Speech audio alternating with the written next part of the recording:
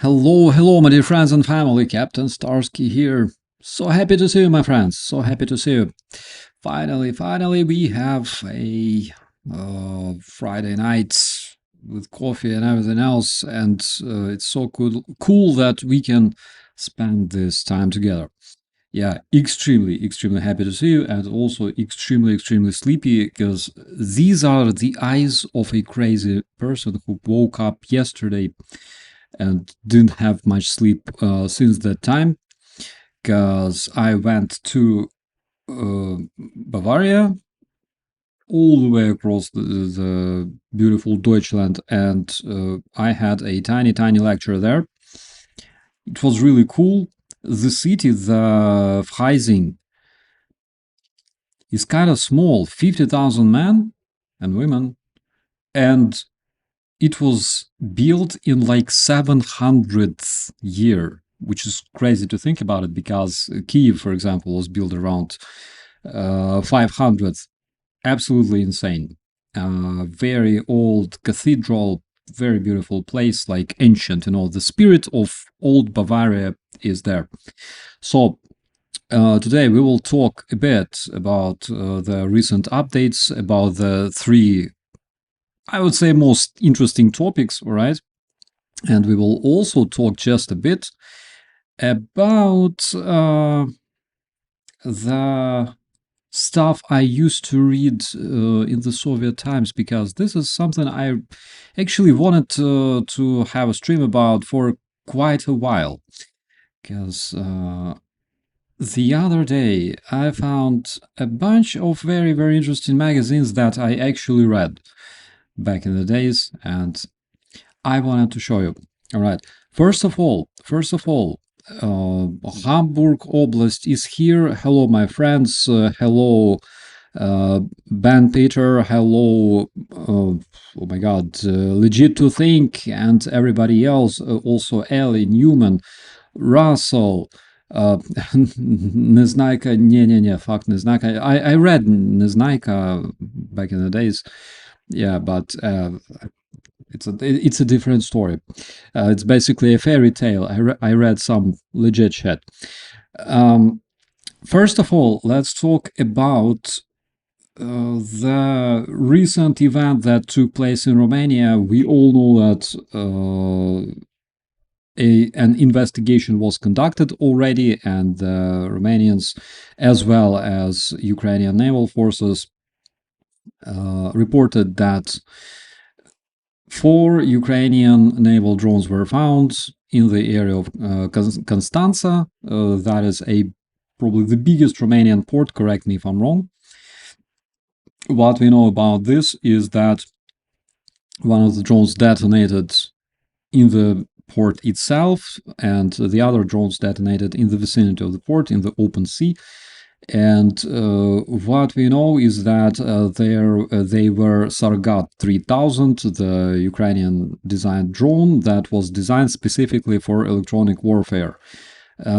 Turns out that during the Russian attack, apparently on Odessa, those drones got jammed themselves. Basically, what happens when the naval drones get jammed is that, first of all, they lose their orientation. The GPS signal disappears, so they don't know where they are, and also the electronic warfare starts inserting errors and different glitches in their computer, and basically they go a bit insane. So, of course, the reason it happened, first of all, hi from, oh my God, hello to beautiful Argentina. Jesus Christ, I don't see many people from that part of the world, but I'm so happy that you're here. And by the way, of course, we have beautiful Cardiff Oblast right there in the chat. Hello, my friends. All the rays of love and support and resilience to you, my friends, there in Cardiff. I hope that everything will be fine. So the drones went just a bit insane, and of course the main reason it happened was because the Russians used their electronic warfare, and basically Putin is the only person to blame for that, all right, besides the rest of the uh, terrorist Russians who actually participate in this war, because without them, this war would never happen.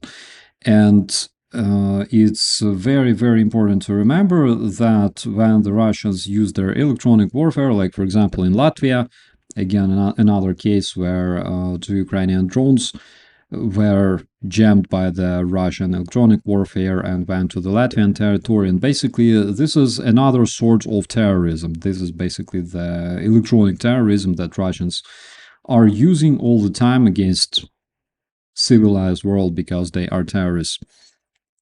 Again, just as an example that it talks about, imagine there is a British or a French fighter jet flying somewhere over Italian or German town, and it gets jammed by Russians and crashes, God forbid, into some residential area. Who is to blame for that? Is it French Air Force or is it Russians? Of course, it's Russians, because when Russians use their electronic warfare, they basically turn things into weapons, and this is extremely dangerous for the civilized world. All right.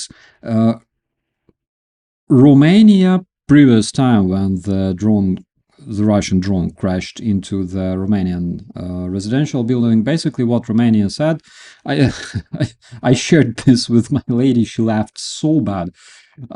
Basically what Romania said was, Russians, can you please aim at Ukrainians more precisely so Romanians are not harmed? Okay, this will go down as the quote of the year, I think.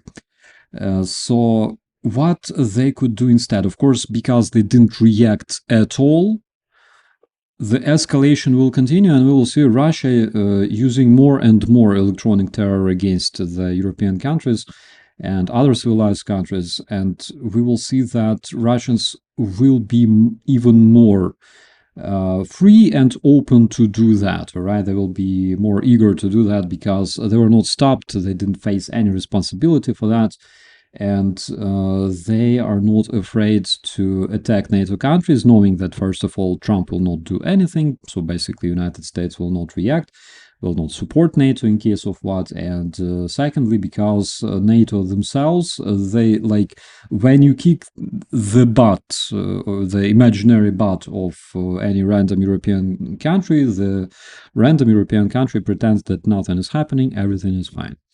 All right. That is why Russians, because Russians are trained to do that, because Russians are raised on this philosophy of committing violence against weaker people, and if weaker people don't react, they commit even more violence. We will unfortunately see this violence committed more and more. So, what could actually Romania do instead of offering Russians to be more precise in their strikes on Ukraine? Right? What could Romania do, and what could other European countries do? In my personal opinion, all right? In my personal opinion, they could actually help down the Russian Shaheeds together with the Ukrainians. Because, first of all, it doesn't count as attacking Russian forces, escalating. No, you're just shooting down the shit, the murderous shit that the Russians are launching at us and you as well. And secondly, if the Russian drones carrying explosives, electronic warfare equipment, if they are downed, then we will see much less cases like today and last week. All right. That's just my personal opinion, but if they help Ukraine close the skies over Ukraine and help Ukraine to shut down all sorts of flying Russian mopeds and stuff, then we will see much less cases than that. First of all, and secondly, well, then Ukraine and the rest of Europe will, of course, become a much safer place.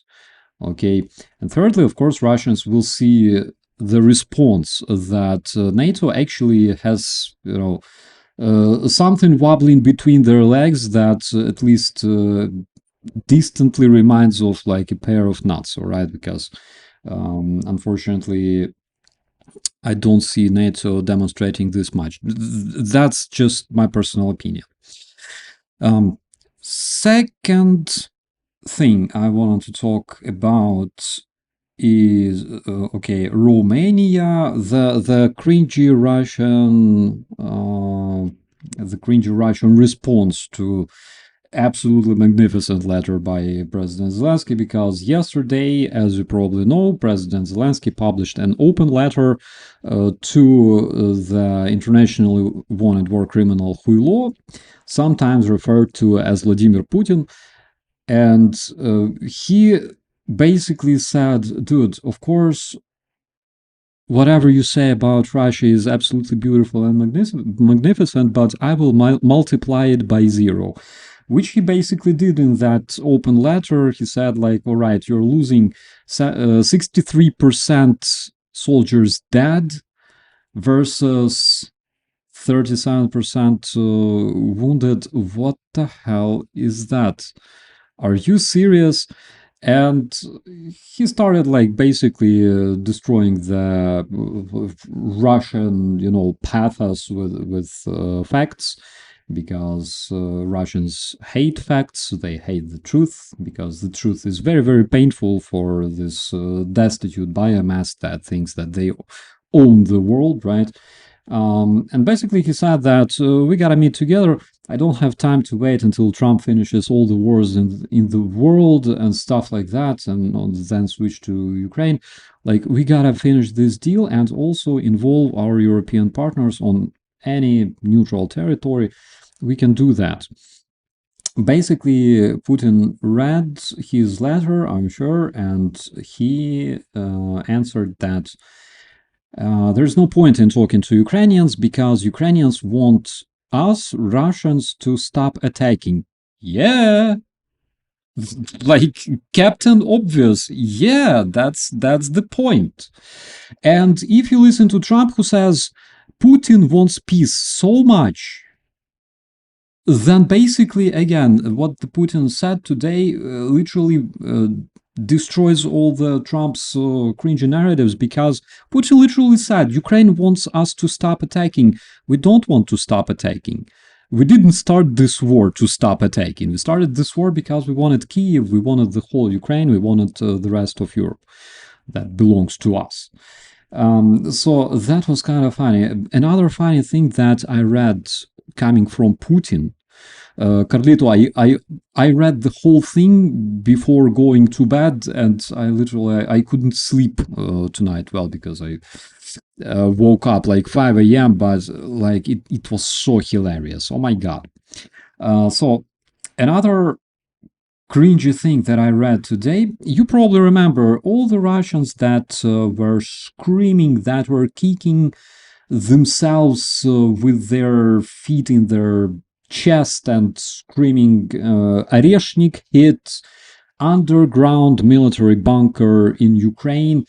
Oreshnik hit a bunch of garages full of NATO mercenaries and latest NATO equipment, destroyed everything. All right. And I'm sure that some of you probably know that Putin literally yesterday had a speech, and he said that, well, in fact, Oreshnik was never used against Ukraine the way it was supposed to be used. Yes, we hit garages, we hit like barns, all right, in order to see how they collapse. And after that, I have like a tiny compilation of Russian reactions to that. They go, really? So what was it all about? You shot $80 million intercontinental, or IRBM, or ICBM, whatever they classify it, missile into a bunch of Ukrainian garages to see them collapse? That was good. That was eye-opening. I think that Putin becomes like too old. He cannot lie well, all right, these days. Even when he said that Russia is attacking in all possible directions, in Alpha Centauri, like whatever, Andromeda, right? Bravely roaming over the surface of Mars, after the withdrawn Ukrainian troops. He doesn't sound convincing at all to me personally. Again, maybe I'm wrong. The milk butter factory. Yes, Dana, thank you for reminding. So this morning they targeted the most important military target you can generally imagine in Ukraine. They hit a Ukrainian factory that produced yogurts for kids. I drank them myself back in Ukraine. So Russians, again, I am not surprised at all. You might probably ask yourself, why the hell did he do that? Why the hell did he spend millions of Russian rubles to strike a factory that makes yogurts for kids and milk and butter? Like, what's the point? But I'm not surprised because I know 100% as a Ukrainian that Russians are terrorists and they used the provision terror against Ukraine and against other countries, like they did with Ukrainian grain, like when they captured Ukrainian grain and crops and told everybody that you will either starve to death or you will buy it from us. All right. So basically, they stole the Ukrainian resources from Ukrainian soil. And later, the countries that were starving or had problems with the provision, for example, African countries that Ukraine supplies all the time or used to supply, there was an actual risk of starvation in those countries. And here we can see absolutely the same, because the Russians are terrorists who inflicted several artificial famines in Ukraine, killing millions of Ukrainian civilians, and basically they tried to do the same. To me personally, this only tells that Russians will try to be as atrocious as possible, but on the other hand, I'm not really sure that we will see anything more than that, because they already tried to freeze Ukrainians, starve Ukrainians, drown Ukrainians in darkness and stuff like that. Didn't help them at all. And we can actually see the situation shifting slowly but steadily in Ukraine's favor. So that's regarding the Russian very successful attack, very successful on very dangerous military Ukrainian yogurt producing factory. And I believe that in the end of the stream, if we have time, we will also talk just a bit about another cringy event that took place in St. Petersburg, with this amazing healthy black smoke on the background, serving as a reminder that Russian swamp is actually a decaying failed state that soon we will see collapsing big time. Hello to beautiful Arizona. Hello.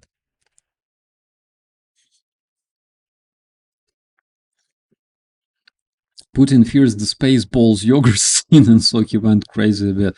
Yeah, I agree on that. We will talk about the Russian forum, where we could see all sorts of Chinese robots dancing in those Russian kokoshniks, speaking Russian language, but it doesn't make them less Chinese, no matter what the Russians are doing. They were produced in China, they were bought in China, and they were brought from China. So basically nothing changed. And one thing that I actually wanted to see myself at this very forum would be this, because in my personal opinion, without the grenade launcher carrying Chinese robot dog, that forum, it was completely wrong, and I would say even incomplete. All right, just to remind you, my friends, this Chinese robot dog was bought from China, obviously, by Russians, because the Russians wanted, again, to show off. They wanted to do like they always do, sitting in front of camera with like a very serious face, you know, doing those like cringy sounds they always do, like, you know, when Medvedev speaks, for example. Dear comrades, I don't fucking seriously, Russian sound engineers. If you're like watching this video, I fucking beg, I will pay you. Seriously, just don't make it as if, you know, you're listening to like this robot alcoholic Medvedev or Putin, as if you're sitting in his freaking mouth. It's disgusting. It like. I literally I imagine the way it smells from their freaking intestines when they speak, especially Putin recently, because Putin already is getting older. His teeth don't fit or something like that, and he's like blah, blah, blah, you know, doing that all the time. Jesus, just be humans at least sometimes, Russians.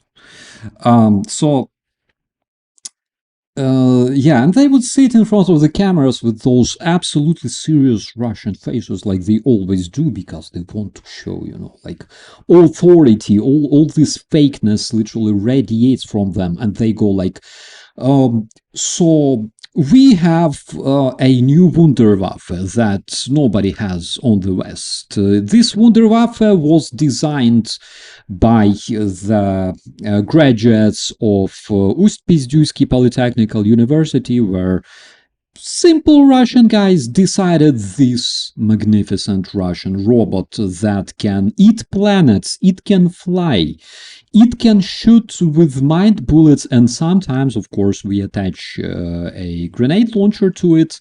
And all those Western Challengers, Jaguars, Abrams tanks, they just get smoked one after another, because these robots are now massively out there on the battlefield, like advancing, like whatever you can only imagine, flying all the way to like Krypton, all right, and fighting the Ukrainians there. So basically, what they did, they took this freaking robot, they put the uniform on it with the balaclava mask, which again, it's like the same freaking home pad, all right, and then they glued or used duct tape or whatever to attach the grenade launcher to it, and kind of pretend that this is the craziest, the most advanced thing that Russians designed. Boston Dynamics, literally F you, Boston Dynamics, you're nothing with your cringy jumping robot dogs. Like what the hell is that? This is the future. This is the real Russian might. The dog with the grenade launcher on its back. Yeah, maybe it reminds like some Chinese product, of course, but all that is illusion. All right, love Putin, trust Russian motherland. You're sleeping, all right. You gotta escape from this dangerous mentality, dangerous reality, all right, full of Western mind viruses, and trust Putin. Russia knows what's better. So, in my personal opinion, without this cringy Chinese robot dog, that forum was absolutely and completely wrong. All right. Is there a video of that thing? Literally Google. I believe that, yes, I believe that Russians did some kind of footage, some field, whatever, field presentation. And did you see robots bragging about benching and Birkin bags? Even yeah. I saw that one. I also saw Russians literally taking pictures with like female-looking robot and touching its butt, and like it was just so Russian. Oh my god! Like imagine a freaking ape that literally crawled out a cave, put the suit on, all right, saluted that freaking Aquafresh tricolor, went to that forum, all right, oh, look, a chick robot, all right, and he started freaking touching piece of like plastic or metal or whatever, like that is just so Russian. I believe that they were all screaming like glory to Russia. I don't know, maybe they freaking had like intercourse with that piece of technique in the evening after they all got drunk, because I will not be surprised, like you can imagine the filthiest shit possible, all right, and Russians will still impress you. So let's talk about something different, because the other day I found some very interesting collection on the internet. In 18, oh my god, 18. Yeah, of course. In 1989, to be precise, I read a bunch of Soviet magazines, because around that time I learned how to read. I was born in 1985, and somehow I cannot explain. I was already reading 1989. I was reading the magazines because I could. All right. Um, and by the way, I remember some pieces of text, and using those, I actually found the articles that I read back in those years. So 1989, 1990, well, technically still Soviet Union. And today I would like to present some of those masterpieces of Soviet Russian publishing to you, my friends, because you will be impressed. You will be impressed. Come on, everybody. Hello, my friends. So good to see you here. So, you might imagine, and I am sure that if some Nazi Bolsheviks are watching this video or rewatching this video, they might expect that I will be, like very nostalgic. I was a young boy and I read those Soviet magazines, and they were so innocent and full of love and friendship and everything else. Literally, I still feel like vomiting when I look at them, because that was the worst thing ever. There was nothing good about Soviet Union besides the fact that I was younger and literally had hair. I admit. But besides that fact, the best thing I remember about Soviet Union is when this unholy shit finally collapsed and we became free, because 1989 I was reading magazine. 1979 Ukrainian peasants literally only were given right to freaking have passports and travel. Just so you could understand. So Soviet Union was literally a big concentration camp, and there was absolutely nothing beautiful about it. As I keep repeating every single time, Soviet Union is basically big, ugly, dirty ass, and there's nothing beautiful about it. Absolutely, like whatever you try to like make up, all right, to make it look, no, you won't be able to find anything gorgeous about this stuff. But perverts freaking love it, and this is why we have Russians, all right? Russians to enjoy, to admire the amazing Soviet Union and stuff. And basically, you can understand Russians because Russians generally thought that they ruled all the countries.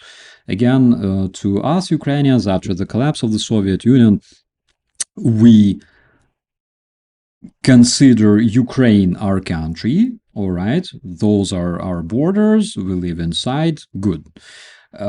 Same with Germans. Germans are like, all right, this is Deutschland. This is our borders. We live here.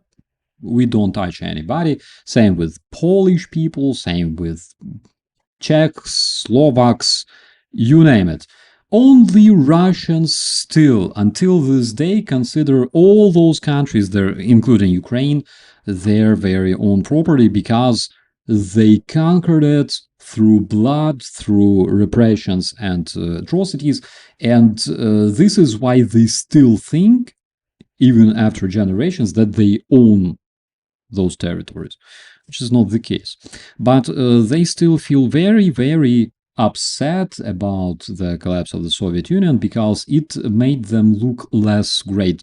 Literally, the dude sits in Ust-Pizduysk like neck deep in like his very, very own puke and feces because he has no running water and no sewer.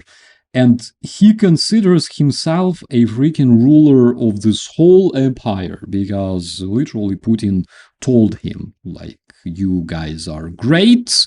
We Russians are God chosen people and we have a very, very holy mission. All right. We have to kill everybody and rule the world. So that's basically it, or die trying. And if we do, then we will go to heaven, and everybody else will just die. That's a direct quote from Putin, by the way.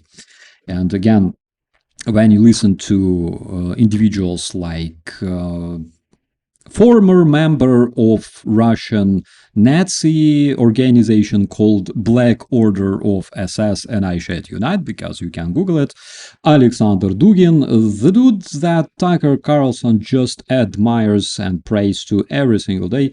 The dude literally said, "Dear Russians, we can rule the world, but you will still be poor. But on the other hand, don't be upset because your path, your mission is not being reached anyways, right? Putin can be rich. Putin can have like your money, your millions, and he can do that because he's our Tsar, right? He has rights. You don't have right, but on the other hand, you don't have need to live well, all right? That's your very, very Russian way to live and to die. So, without further ado, let me show this stuff to you. Like, I was actually very much impressed that the dudes still have it online. I wasn't sure if they even exist online, these masterpieces of Russian, I don't know how to call it, journalism, publishing. You think it's Pinocchio, my friends? No, that's not Pinocchio, that's Buratino. You will be impressed, of course. You probably don't know that Russians stole Pinocchio, but they kind of did. And looking at this, so what we see in front of our eyes is some of the most popular magazines of the Soviet times called Юный Technik or Young Technician. And in this magazine, I talked about this one specifically many times. You could find a lot of very interesting information. For example, you could find, let me see if I can move this window just a minute. Yeah. So, for example, you could find different recipes, different schemes, how to make toys out of matches, leaves, and shit, because, of course, you couldn't buy them in the stores in the Soviet Union, because at times there was nothing there at all. Besides that, there were different publications, scientific articles. Let's check out some of them, all right? For example, what the hell is this? Yeah. So this one, I used to actually find those journals. Let's start with this. This is January 1983. So here it is. Yeah, so you can access this stuff online. You can actually translate it in English language using the machine translation. And unfortunately, they are scanned, so you cannot read everything. But let's just like briefly run through the pages and check out what they have. So this is a photo of whatever photo exhibition, blah blah blah. Not interesting. Whatever they have. Основания для морских оснований. I don't even know how to translate this. I am sorry. Then there is like a scientific article about tiny things. We will read that. Techniques of Santa Claus. There was not Santa Claus in the Soviet Union because there was nothing saint in the Soviet Union and wasn't supposed to be. There was Ded Moroz or Grandpa Frost. That was, by the way, snatched from the Nordic legends instead of Santa Claus. But that's all not interesting. All right, I'm dying to see what they have. So this is an article about the angle meter of Conrad, and they talk about this invention. So basically, this whole article talks about the angle meter, all right?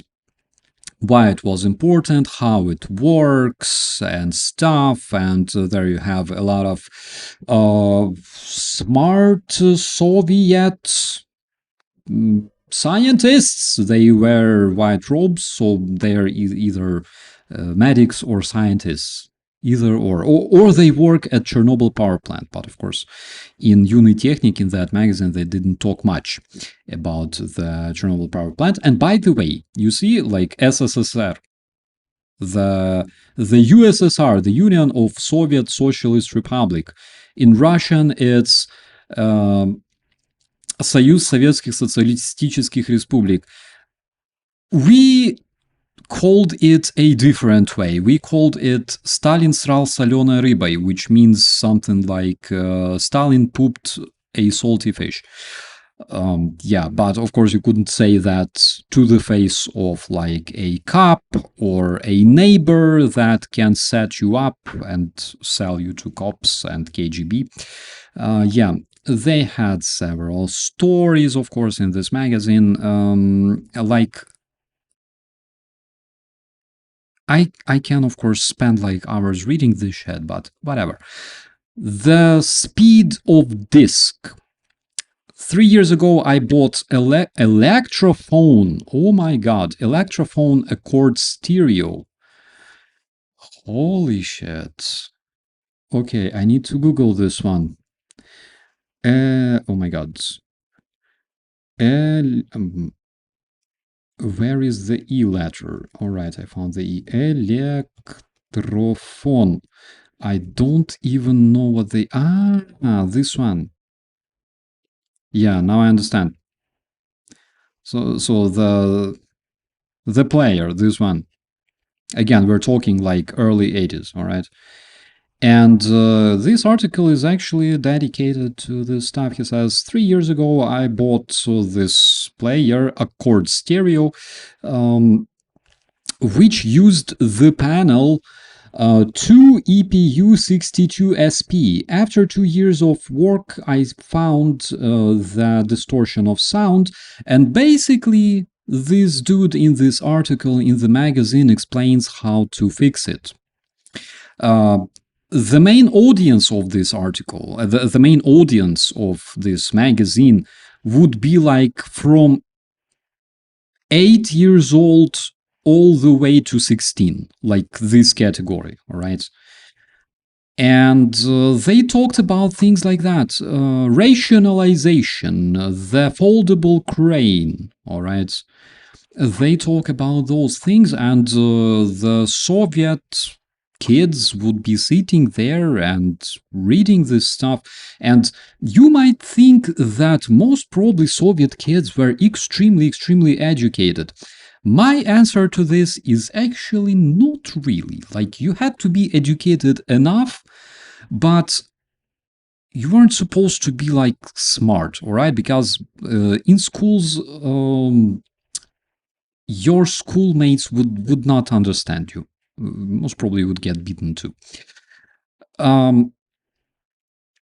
What else do they have?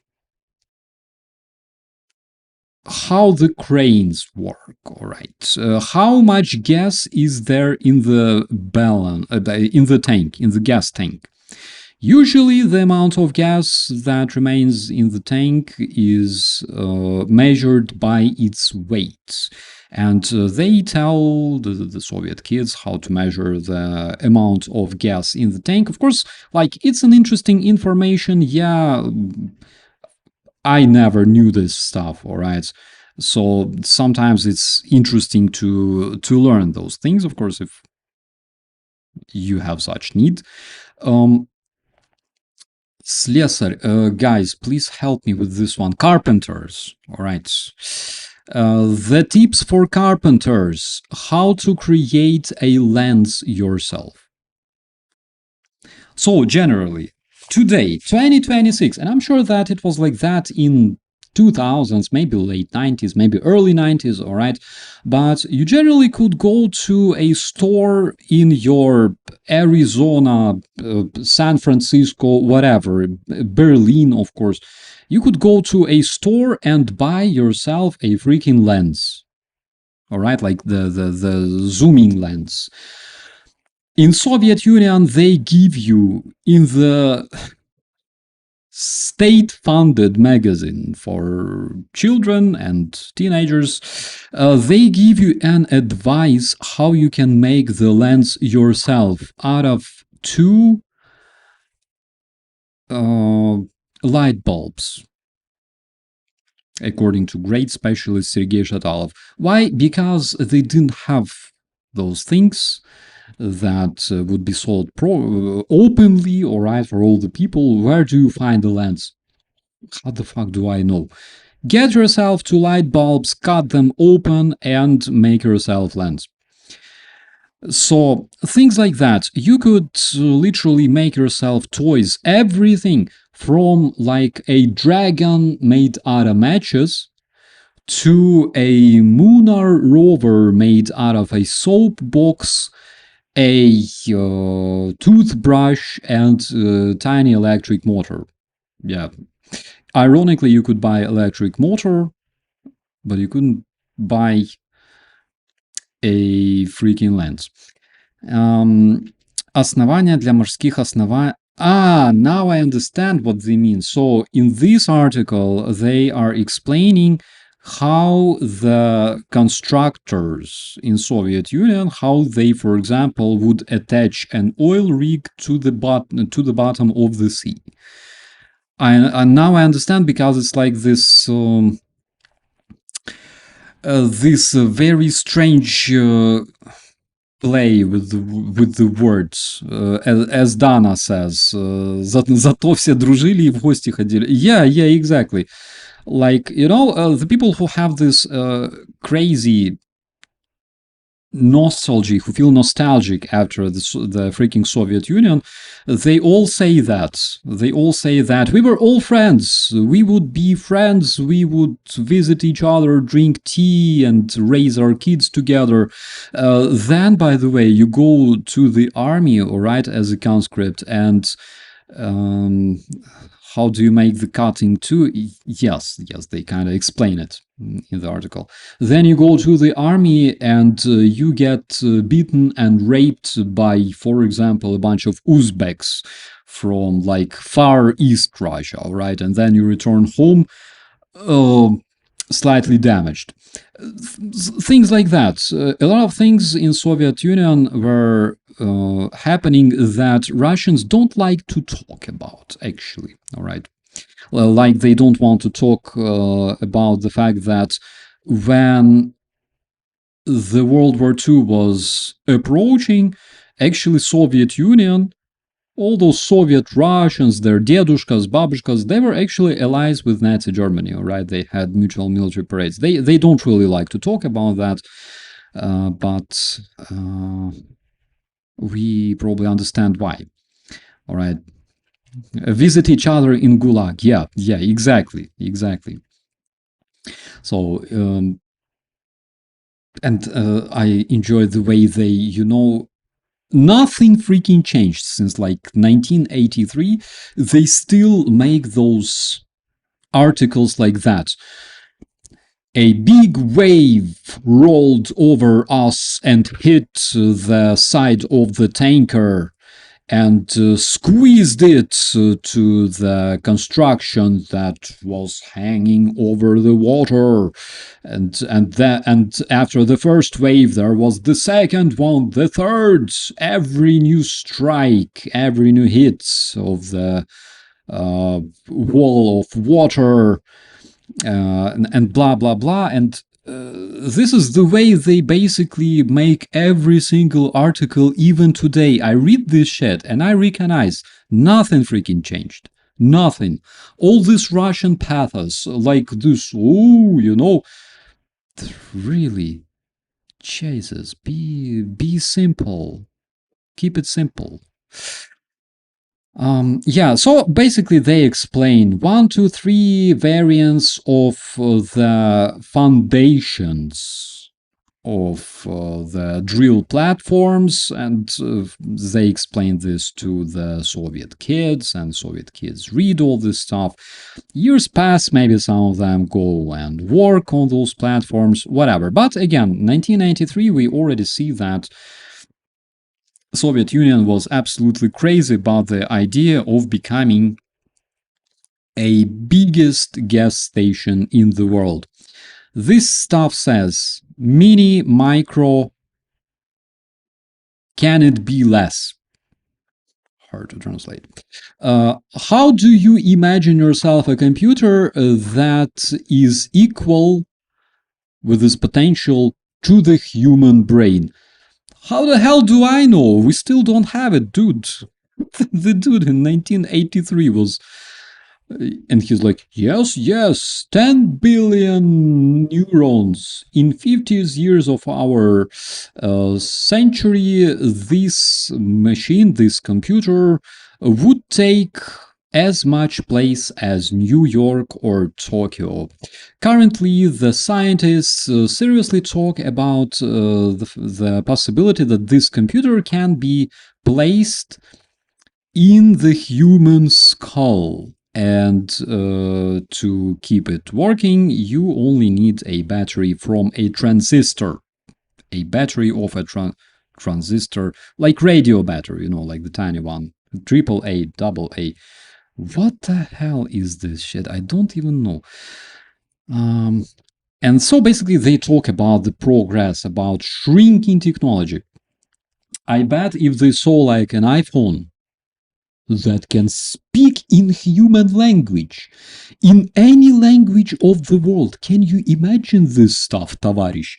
The dude would probably drink vodka until he freaking died, but sorry, collapsed. I have no idea. Yeah, 1983. Well, yeah, we all can dream. Okay, let's go further, because I want to show you the rest of this stuff, because it's literally very, very interesting. And there are actually very big articles, like this, for example.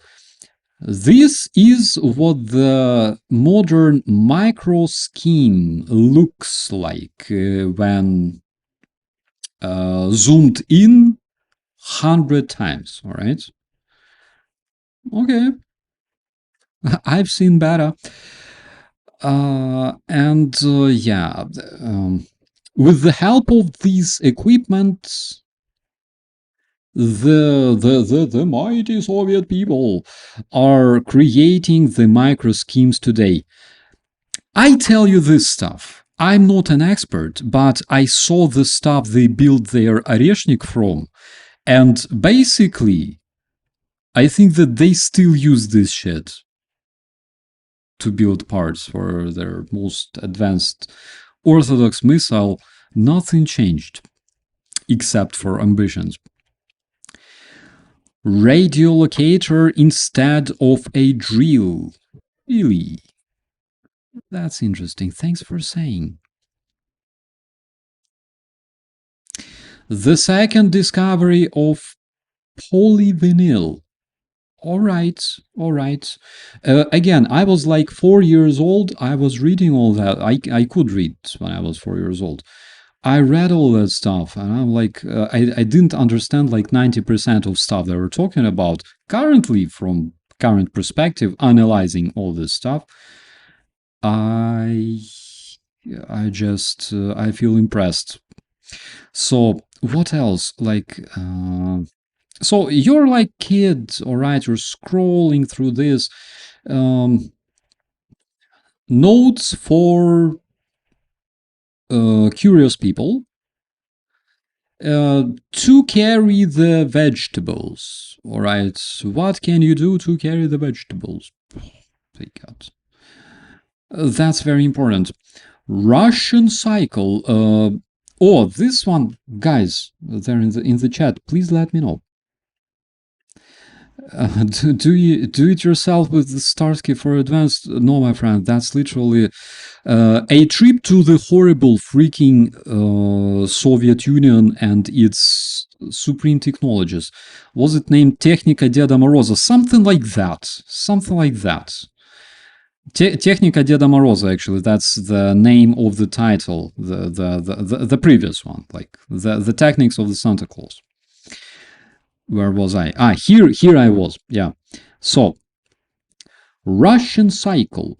This is how they call abroad the new way of cooling that was designed by scientists and engineers of our great country, led by Professor Innovator M.G. Dubinsky.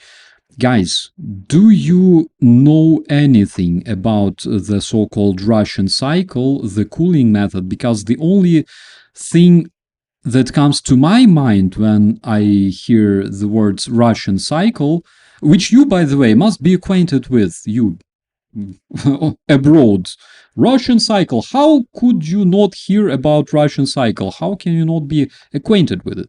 Yeah, so when I hear the Russian cycle, I literally imagine the life cycle of a Russian degenerate in Ukraine, because first he's kind of warm, then he's kind of cold, right? Like it's very simply explained. The main thing about this cycle is using the interswitching regenerators and using the simple air as the medium for transferring temperature. Really? All right. I didn't know about that. Back in those days, I would probably, tell the dude who wrote this article, like, whatever you say, man, but literally 224 people from all over the world there in the chat disagree with you at this point. Nobody has ever heard about this shit. Seriously. I consider all Russia's tech as Jurassic Technica. Oh my god, that's top commentary. Yeah. Cyclone in the furnace. Okay, what do they mean? Holy shit! Like the way the Russians create the titles, their tradition of creating titles is freaking insane. The cyclone in the furnace. I was searching for some specific articles in this magazine, and I'm trying to find what I need, but then I see freaking apples on Venus. But apples on Venus at least give me some impression what they will be talking about. Cyclone in the furnace. I hope you feel well, freaking or author of this article. Cyclone in the furnace. Jesus Christ. So a storm, a cycle, a hurricane. These are the words that are used to describe the most furious events in the nature. In techniques, the artificial cyclones and storms and hurricanes bring benefit. Let's talk about ventilators, compressors, gas turbines. Yeah, let's talk about Chernobyl power plant. I can talk a lot about this stuff. And this is the job for the storms and winds that recently the Soviet scientists found for the storms and stuff. Really, holy shit. Like these postmodern illustrations are like a separate kind of art, a horror art, by the way. So yeah, here they talk about like this stuff, information. A motorbike for a diver. I am not really sure if a lot of people in the Soviet Union even dived. All right, because like the only people who would dive would be either Russian Spetsnaz or like Russian criminologists. I don't know. Why the hell do you need to know? Uh, I don't know. Hypothetical 13-year-old reading this Soviet shit about the bikes for the divers. What the hell? How to harvest the raspberry according to Faraday. Really? Okay, that's a very interesting thing. How to find path in the ocean. How to cross the ocean and get exactly where you need to go. What kind of equipment help people to find their way in the on the water highways of the planet. That's very interesting. And they basically explain like how to travel without compass. They explain about the English archaeologist Petrie in 1929. I really hope that the author of this article didn't go to jail for even mentioning a British archaeologist and stuff like that, because they could do it easily. So another one, compass, sextant, and others. Thank you very much. This is useful. I'm sure that the kids would find this interesting. Maybe somebody would grow up like a sailor or whatever. That's all very, very good. So I'm trying to like scroll and find something very interesting. And here, my friends. So we were scrolling the magazine, all right, for kids like 8 to 16, where the authors bring you all sorts of information about artificial storms, how to create a lens out of shed, the Russian cycle of cooling using air as a medium, like a lot of scientific articles, a lot of actually very interesting information. There's again also recipes for toys and stuff like that. And you imagine like a typical Soviet kid, all right, whatever, like Ukrainian or Belarusian or whatever, sitting there reading this magazine for kids because, again, this is peaceful Soviet Union, peaceful times. And then you get this, page 33, battery fire.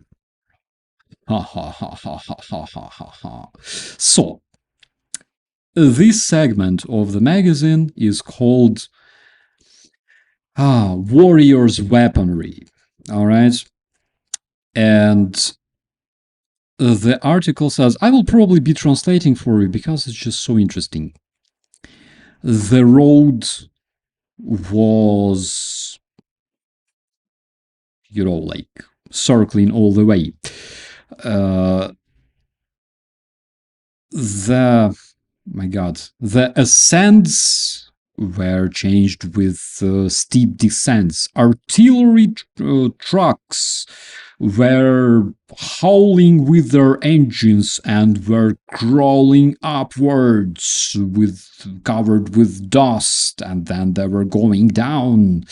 There was a short briefing. The battery commander, Captain Vasily Kazantsev, shows for a spot for the observation point and the firing position, and this where the work begins. And basically this dude What was his name? Kazantsev? No, not this Kazantsev, the other one. So the author of this segment would literally talk about stuff like that. So you read about space travels, you read about micro schemes, you read about how to build toys, you read about the nuclear fusion, right? Like for real, they had such articles. And then all of a sudden, how artillery works. What should you know about artillery? What sorts of artillery? Like all this stuff with this absolutely amazing illustration for the Soviet kids. All right, that's basically a tiny story, and it goes. We told you a tiny episode from the practice of the military exercises of the warriors utilizing 122 millimeter howitzers. Artillery is the god of war. This phrase was born during the times of the Great Patriotic War, and it tells you exactly this crucial role that our artillery played during the destruction of the fascist German troops. I always thought they were Nazi, but okay, let them be fascist. Interesting fact about the Soviets and about Russians, by the way, is that they always say fascist Germans, which is freaking wrong. It's like call Americans chuche, because Mussolini was fascist. H-Man was Nazi. Two different things, like two evil things. But if you're not a complete imbecile, you at least understand like a tiny, like fundamental differences, all right, between those two. But for Russians, they're like fascist, Nazi, whatever. Russians are Nazi Bolsheviks themselves. And basically, you read stuff like that, and in the magazine for kids, you find information. The howitzers and cannons, for example, can strike and destroy the nuclear potential of the enemy, his personnel, tanks, artillery units, mortars, radio technological equipment, and other military vehicles. And like, do you imagine your kids today at schools learning about this? Okay, to be honest, I imagine, for example, a veteran of the war, or for example, guy who served in Afghanistan, in Vietnam, in Ukraine, all right, whatever, going to a school, talking to kids, talking a bit about the experience, personal experience, because like we cannot protect the kids from the world, all right? They need to know about those things. We can invite somebody from the army so they could talk to them, give them at least some kind of impression about the war and about the fact that they should not exist, the wars. Like it's better without them because there's nothing beautiful about it. But in the Soviet magazine for kids, the war is actually endorsed and admired. Artillery, 122 millimeter howitzers that can eliminate enemy personnel and even enemies' nuclear weaponry. How cool is that? And you read this stuff actually, like for example, what was it? Юный техник, январь 83. Why I even started speaking this unholy Russian language, I don't know. For example, I don't know. Let's check out like October 1983, because why not? October 1983. What do we have here? Let's read it. So what sort of interesting stuff they had. The table of contents, the plastic six experiments with Thomson's magnet, as far as I understand. House for village. All right, let it be. Okay, I like it. Like it. There was something very, very interesting. Here it is. Knyazkov. Knyazkov was actually the dude who made all those stories about weapons. And yes, I really, really want to check it out. So it was October. How do I go back? Come on, bring me back. Shit.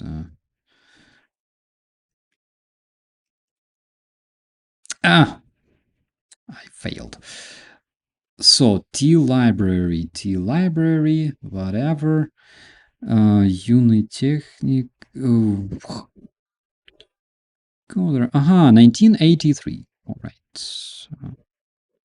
There was some very, very interesting episode that I actually wanted to see. Okay, so this is April 1983. This is July. This is April. Okay. This one is fantastic. So here we have, this is from like a Soviet cartoon. Very, very cringy one, by the way.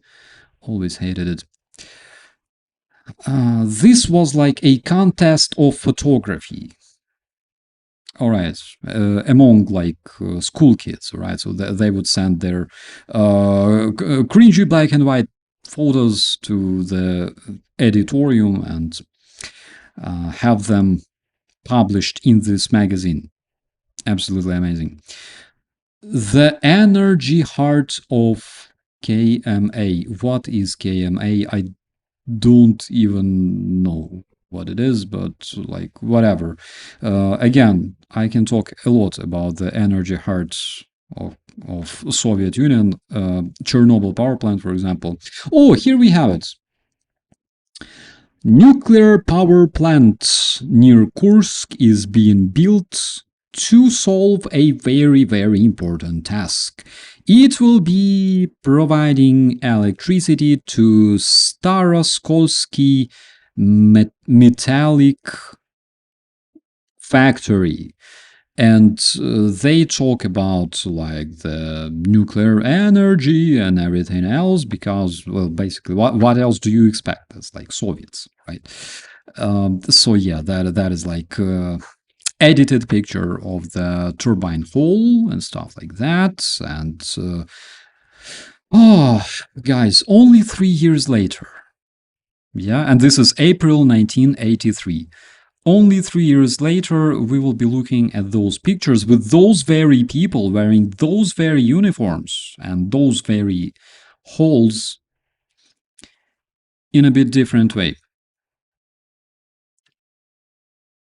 3 years from that moment, the life will change everywhere. Okay, and immediately after that, they talk about the cartoons, Metro and Retro, again, using, as you can see, not really Russian text, because why not? Yeah, but I believe that even the most stupid Russian or Soviet schoolboy or schoolgirl would be able to read that. This, my friends, is platinum/iridium example of mass of 1 kilogram. So basically the stuff under several domes is 1 kilogram. The quality control. That's interesting. Those black and white pictures, Jesus Christ, like I feel so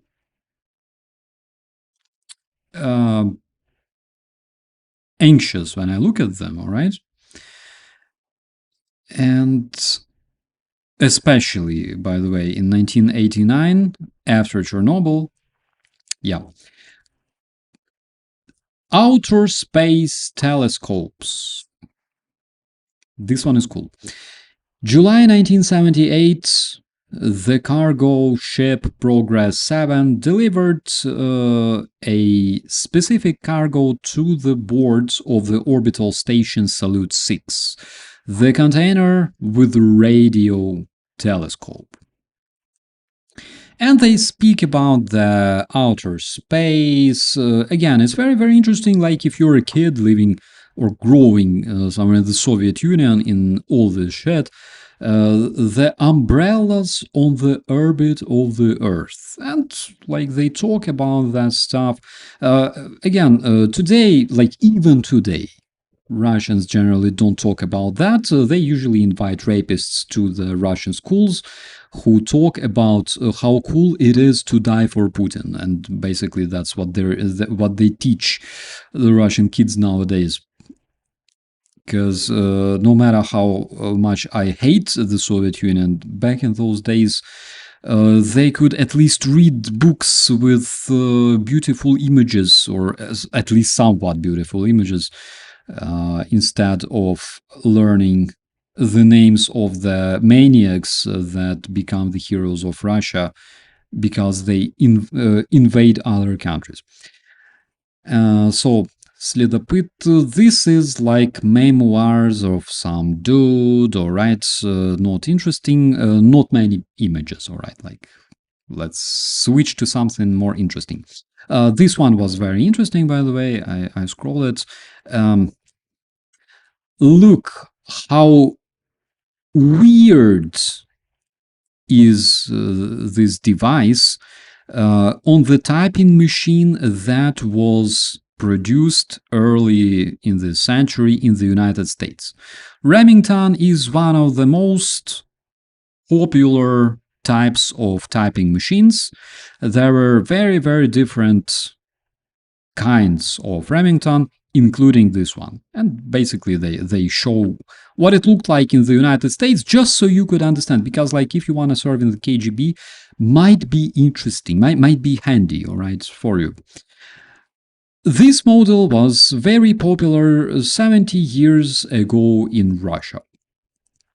And they talk about the different types of typing machines. Again, like, it can be interesting. Like if you are a little communist, all right, like growing in the destitute Soviet Union, and there's absolutely nothing to live for, seriously, yeah, you might find like very interesting information. Typing machines, come on, how many times per day do you even remember that they exist, right? Yeah. Did they show 1920s typewriter in the 1980s? Yeah, absolutely. Didn't change much, by the way. And immediately on page 30, you see this.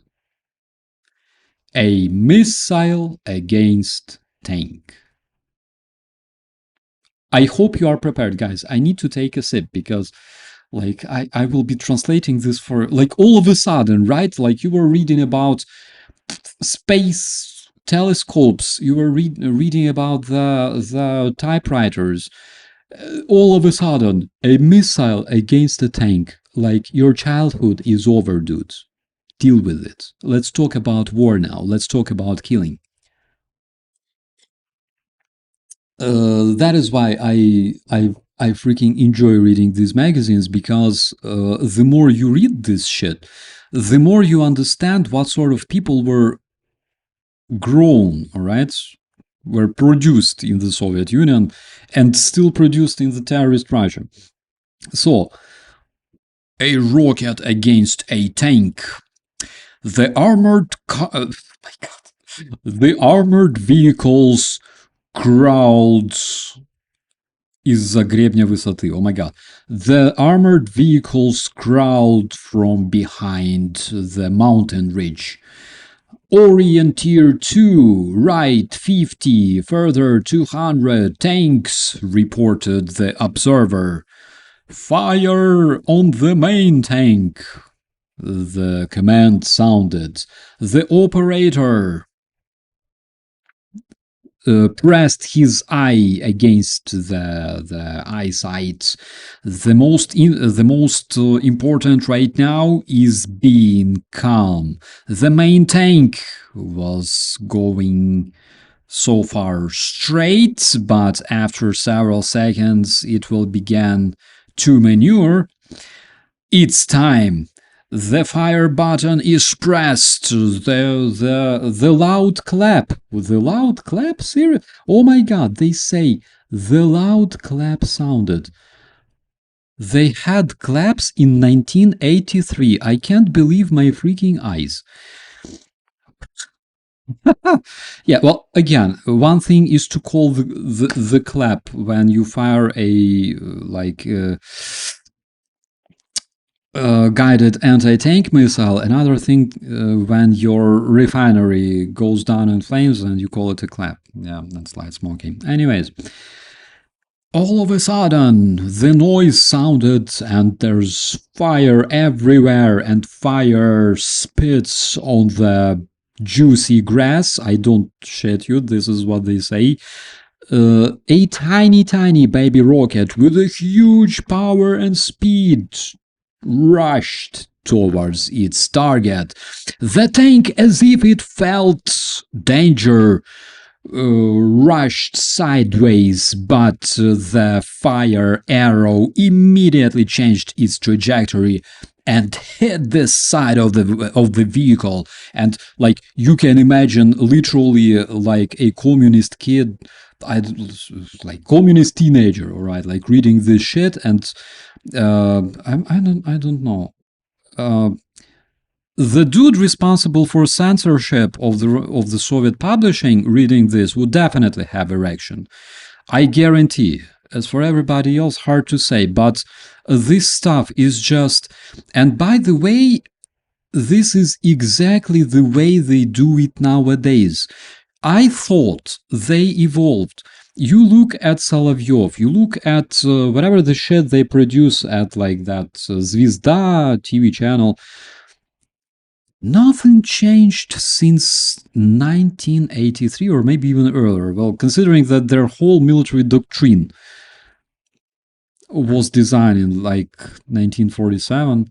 Yeah, I understand why, but generally that's the way they used to write stuff. And again, how does it happen in the real life? In the real life, you carry this motherfucker together with your body or two bodies. You carry this freaking ATGM somewhere to your position. You're smelly, you're shitty, you're peeing yourself. You jump down like, trying to breathe. Your commander smacks the back of her head like, you idiots, wow, so slow, like look there, and you like, oh shit, you don't see anything because there's grass everywhere. Your sergeant, if you have sergeant of course, goes like, you dumb fuck, change your position, find better place, go. You go there, you jump down again, like you cannot breathe, there's like this dust everywhere, and he goes like 12 o'clock, 600-meter tank, and you like fuck, and the guys help you guide, and then you shoot. Like that's life, nothing exciting about this. Horrific, yes.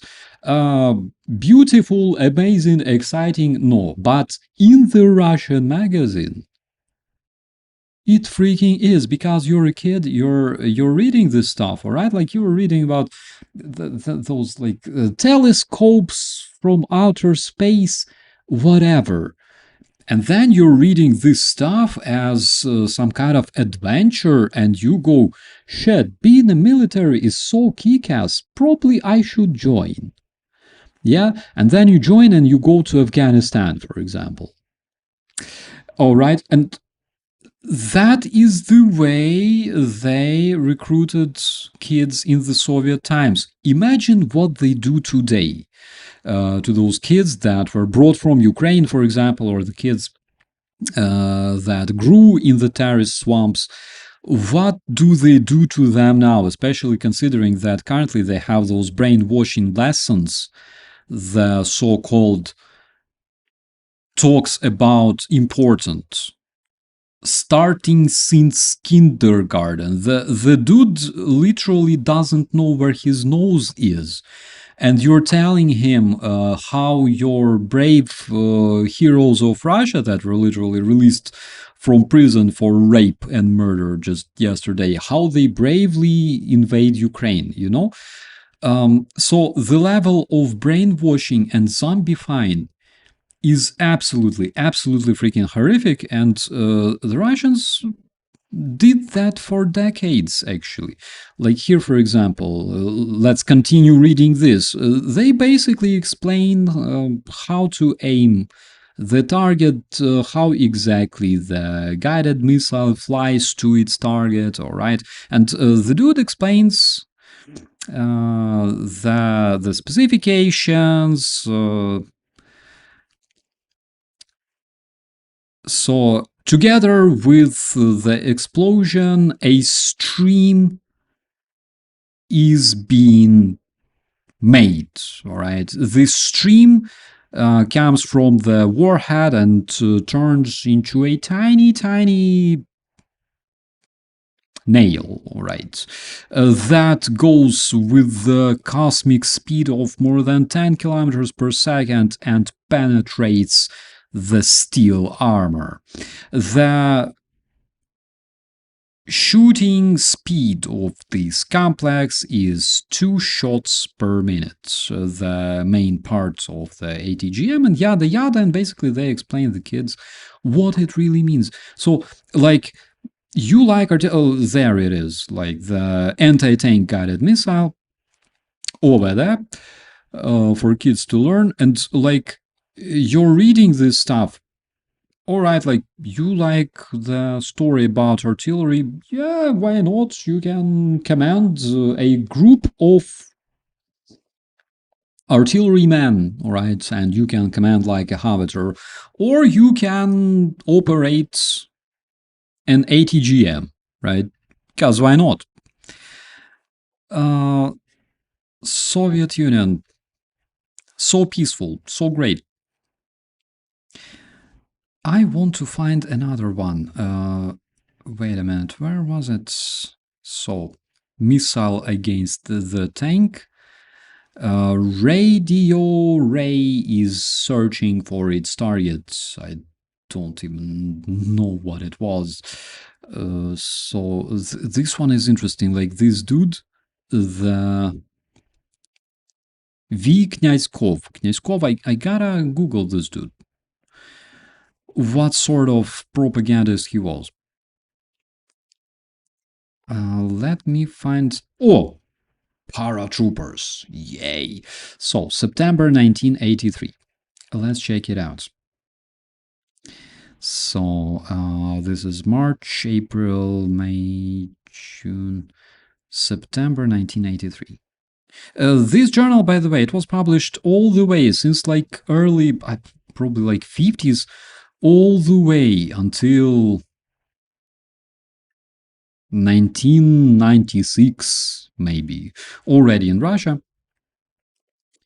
Let's check out this one. Guys, please let me know in the commentaries, in the chat. I need to know if you are interested at all when we talk about this, because we can switch to some other topic if the topic sucks, all right? But I didn't even mention the main thing, like why exactly I decided to talk about this, because like this stuff is awaiting for you, my friends. You will be so impressed. Like I promise that you will see something you would never, never expect to see in the Soviet magazine. All right. Did the 1985 issue talk about Chernobyl? No, because Chernobyl happened in 1986. But it's a very, very interesting question. I will check. I will check. I promise. It's a very interesting question. I like technique stuff, but I don't like orcs, so this is good for me. Yeah, yeah, and like there's a lot of very interesting technique stuff, but also something about orcs that we should all understand. And I guarantee you, when we approach the moment that I want you to see, you will be absolutely impressed. Yes, know your enemy 100%. Yeah. What can we say about a culture like this? Can we call it evil? We can call it uber evil. I don't know. Uh, Simon, маленький гопник topic. Yeah, exactly. All right, let's continue then, and let's see what they had, for example, in this episode. All right. Юный техник, blah, blah, blah. Okay, we will talk about this. Give me something interesting. The work is awaiting. Oh my god, sorry. The work expects everybody. All right. This is ребячих проектов. That is interesting. So, apparently, the big and mighty Soviet Union started running out of its resources or some energy crisis or whatever, and that is why they published this stuff. So, the international care for economy of electric power gave birth to hundreds of children's projects and ideas. We are talking about them on we are talking about them on the pages of the segment called "We're Building the Pioneer Hydroelectro Station." Pioneers are basically like Boy Scouts, only Boy Scouts of a smoker, all right? Because Boy Scouts of healthy people, they were basically, like guys learning about nature, everything that made us ourselves. The Boy Scouts of a smoker, they were basically in the Soviet Union wearing the communist collars, and they called themselves pioneers. They were like communist Boy Scouts, like Darth Vaders of Boy Scouts, probably something like that. So yeah, they decided to use the brain of the young communists to basically build the communist hydroelectro power plants, because why not? Wait, what did they say? I think I just saw something about California. I might have квалифицированные. All right, California. Jesus Christ! I saw a familiar word. And all right.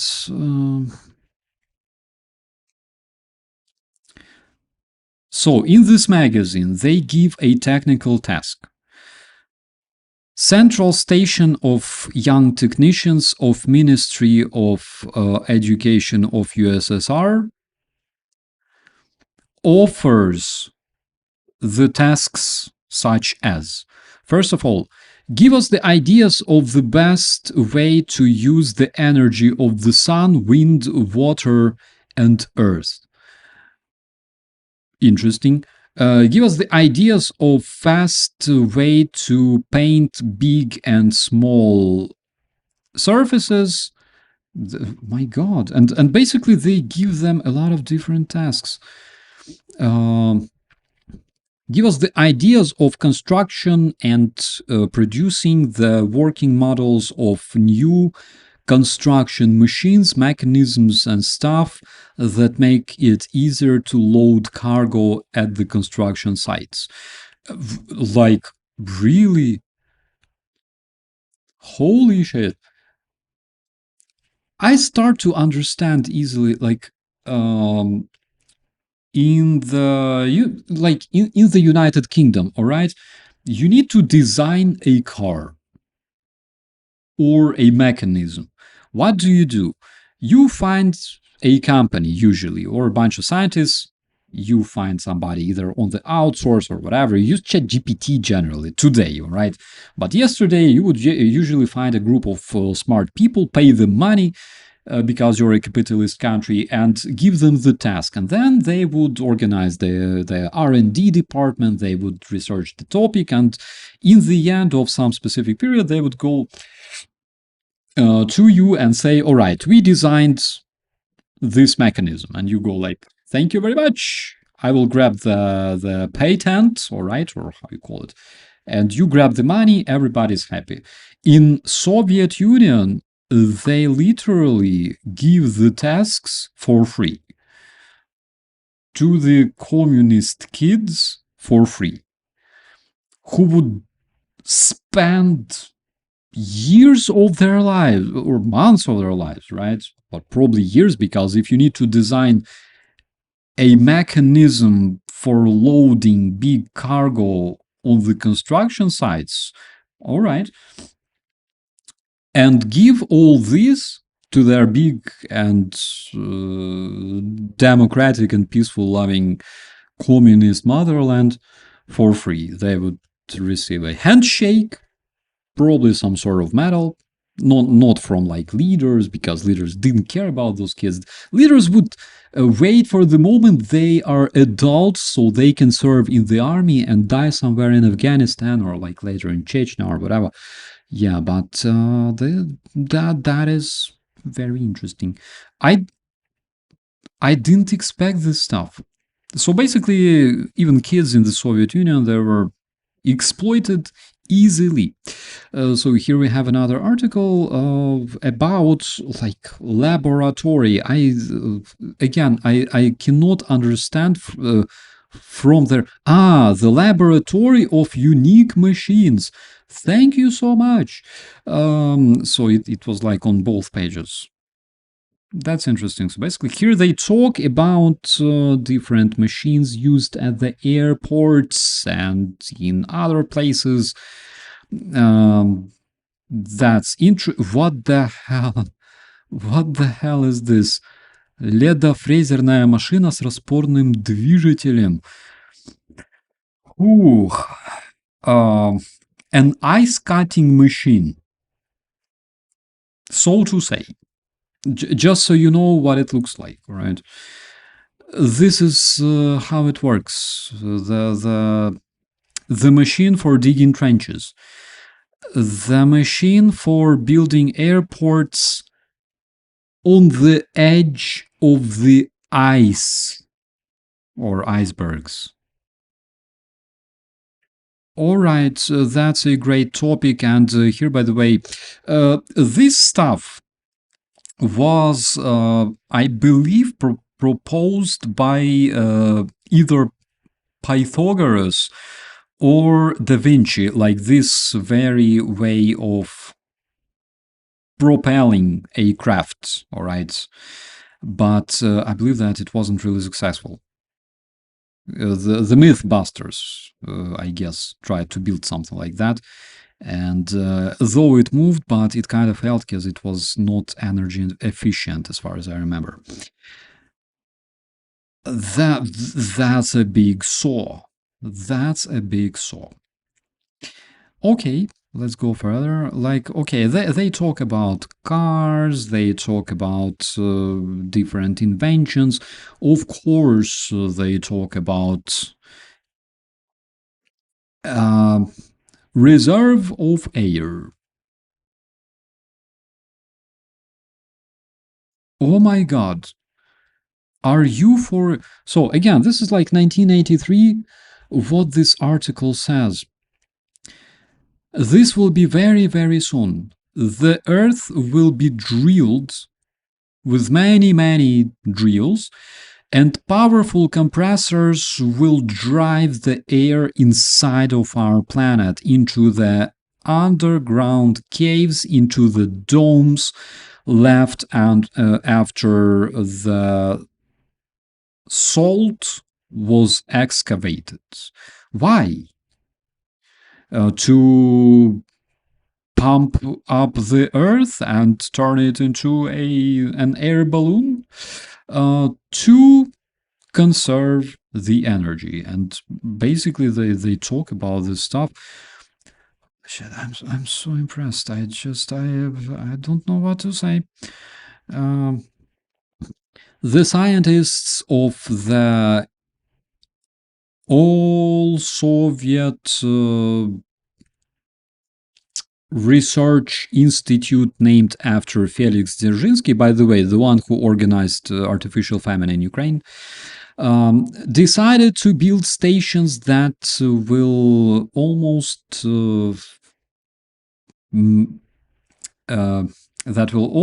take no place on top of the surface of the Earth. And yeah, they talk about this stuff. This is so cool, my friends. All right, but let's like keep scrolling. Intersputnik is calling. Intersputnik. They are talking about the International Organization of the Cosmic Communication. Guys, again, they're in the chat. Do you know anything about Intersputnik? Intersatellite, like, I don't know. Because what they're saying is that, literally, I quote, everybody probably heard this word, Intersputnik. This is the name for the International Organization of Cosmic Communication. Really? That's interesting. Like, I don't remember anything like this. Of course, when you are like a little Soviet kid reading this stuff, you might probably think, oh, that's so cool. Apparently, like, everybody knows about it. People in the United States, in United Kingdom, in Australia, everybody knows about Intersputnik. You don't know about Intersputnik? Come on.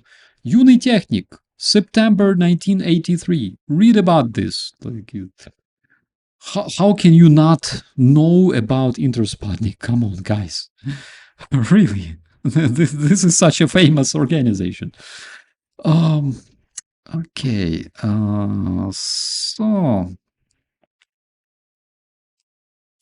So this is like interview with Deputy Chief of the Minister of Communication of SSSR, Zubarev.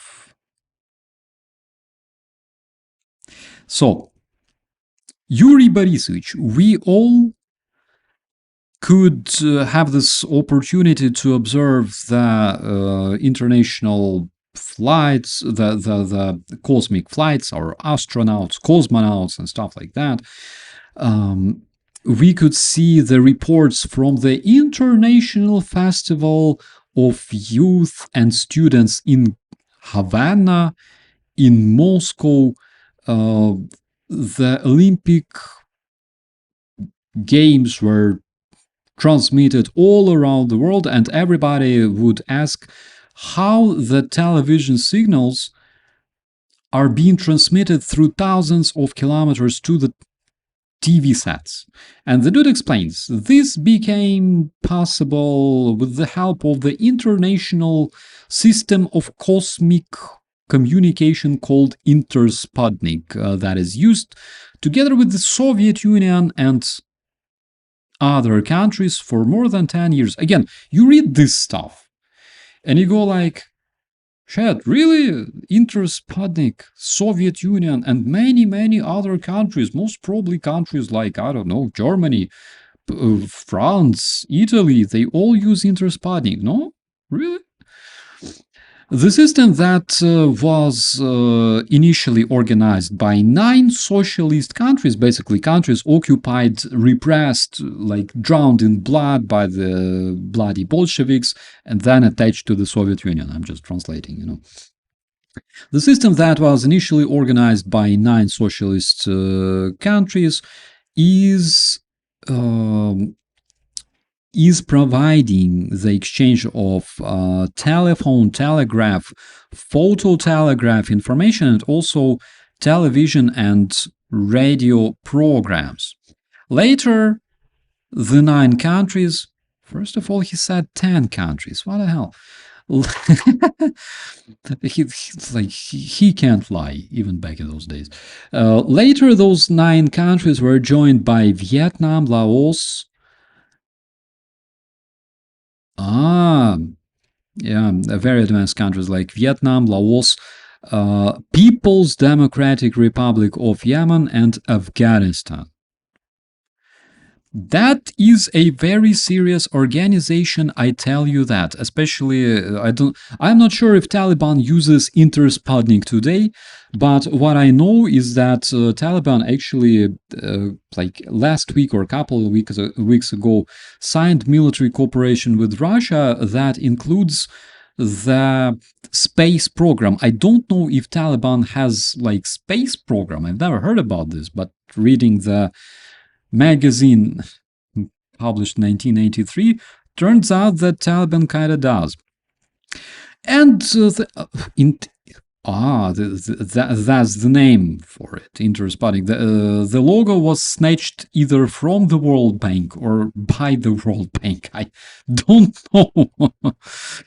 Okay, so they explained the way this stuff works.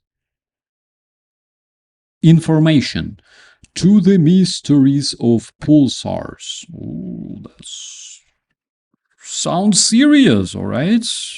Okay. So there we have like zeppelins. What the hell is this? This looks kind of sus. We will talk about this just in a while.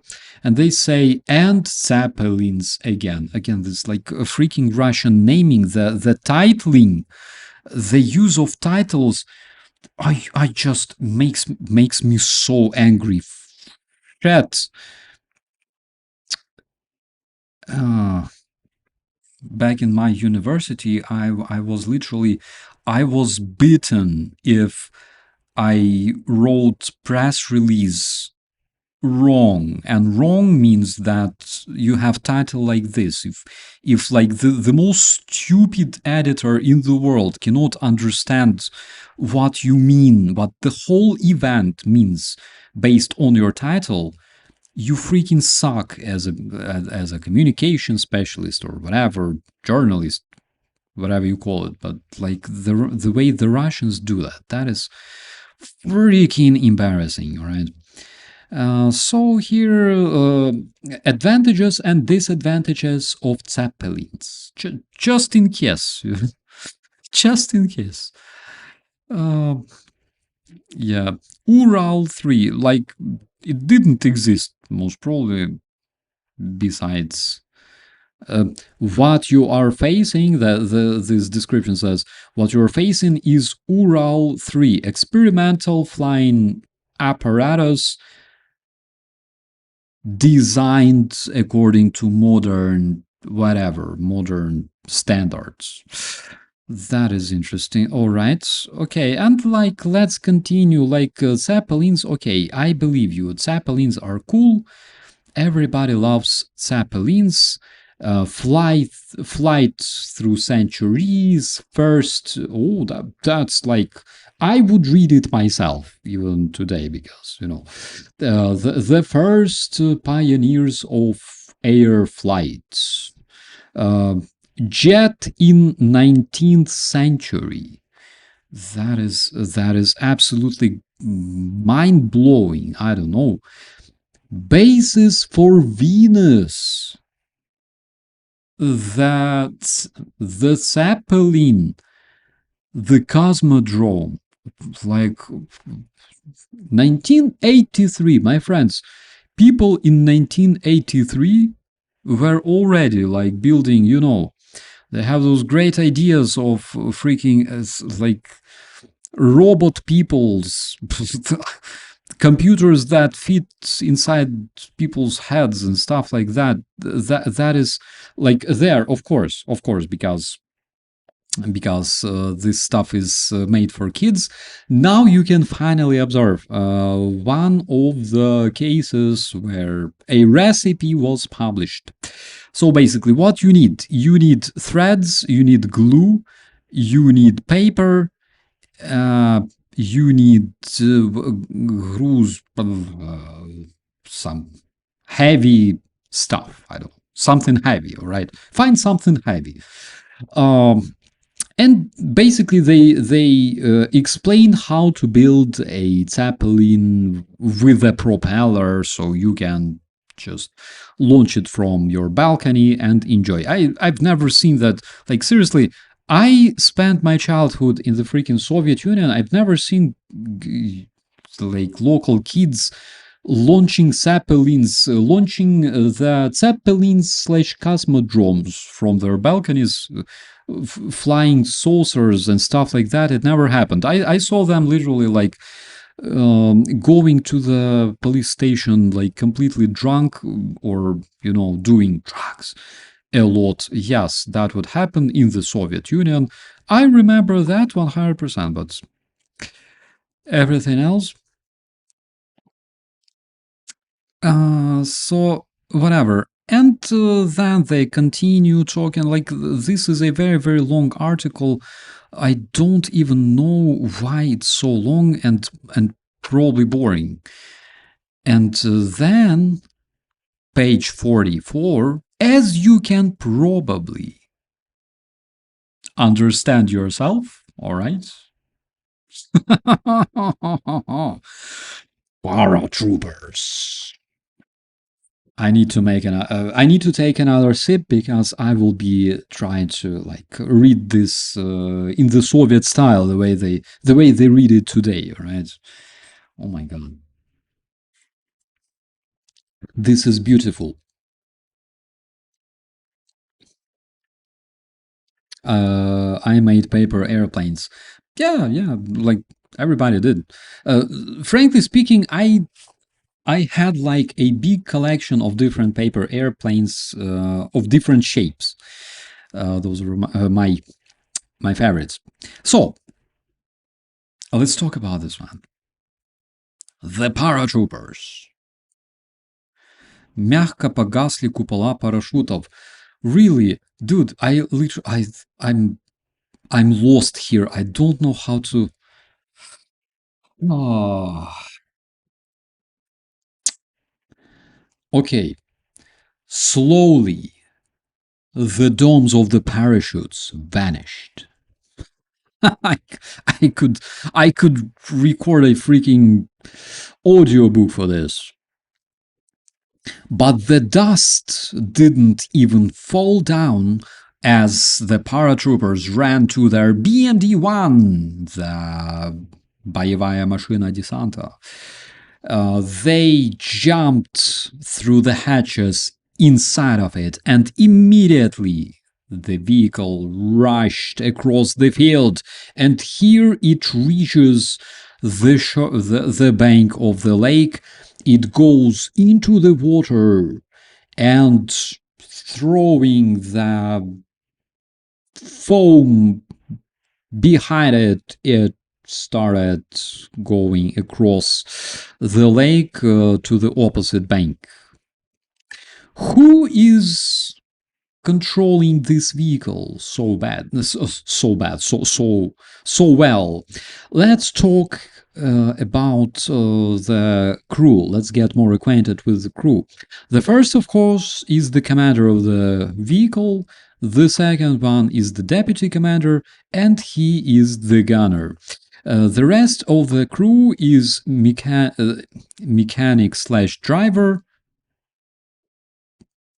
the senior gunner, the machine gunner, grenade launcher operator, and his assistant. Together, 7 men. Guys, they look so different in Hostomel, seriously. Where do they fit?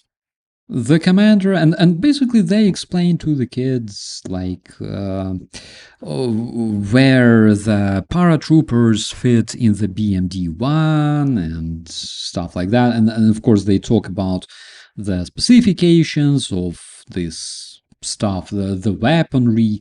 Here they say the main gun is 73 millimeter semi-automatic unrifled cannon. All right. It's designed for eliminating personnel and the weaponry of the enemy and stuff like that. The range of the direct shot is around 800 meters. The maximum range is 1300 meters. And basically, they talk about this. Then there's like machine gun and everything else, and yada yada. Is there anything else? So, like, when you read this, and Knyazkov, colonel slash engineer. Now I know. Now I know. Yeah, and basically, when you read magazines like this, greetings from Andre from Pennsylvania. Hello, hello, my friends. So good to see you. So you read the stuff like how to build a dragon out of matches. You're like, oh, cool. You scroll the pages. How to create energy out of your butt. You're like, wow, that's so exciting. You scroll forward. RPG 7. How to use it to destroy enemy tanks. And you're like, dude, I am 7 fucking years old. Why do I care? You know, that's what it looks like. But I promised to show you something very, very exciting. All right, very exciting. And here I actually have it. And by the way, besides those magazines, like Unitechnik, the young technician, it wasn't the only magazine they had, right? Because they had quite a few of those in the Soviet Union, in the unholy Soviet Empire. But I will show you something absolutely unexpected. So they had a different magazine.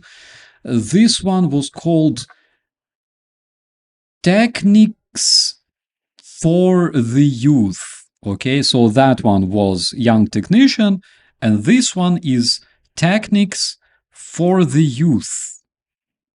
Great Russian naming. I just don't know what to say. Trying to be funny and failing yet again. Don't worry, my friend. Don't worry, I do it all the time. So, for example, here we have this amazing magazine. All right. But by the way, like I can use the machine translation and basically you can read it yourself. Technology for the Youth, all right, is a popular science magazine founded in 1933 and celebrated its 75th anniversary in 2008. And blah blah blah about inventions and innovations give true pleasure to connoisseurs and connoisseurs with its colorful detailed drawings, reconstructions of various historical and modern equipment. And with all this, like this is basically the introduction to this journal. And with all this, all of a sudden, you open this journal and what you can see on its cover is this stuff that says, I give the green light to the UFO. You're like, wait a minute. What? UFO? For real? Okay, something must be absolutely fucking wrong here, all right? Because, guys, this is Soviet Union, right? Even mentioning that you know people who go to church already makes you literally lose your red communist tie and being proclaimed, I don't know, freaking enemy of this, like even mentioning that you are somehow related to church, like connected with it from like 5 different persons, you know. If you mention that you go to church every Sunday, literally you're out of Communist Party forever, all right? You're nothing, basically. You're worse than Untermensch in the Soviet Union. All of a sudden, you open the state-funded magazine in the Soviet Union and you go like, what the hell is this shit? I will try to read what the hell is this shit for real. So how about we remove the superstitious, all right? And you're like, that's interesting, okay. And basically they say, most probably not a most probably there is no other problem of the modern world that doesn't provoke so many speculations as the talks about the contacts with the alien civilizations.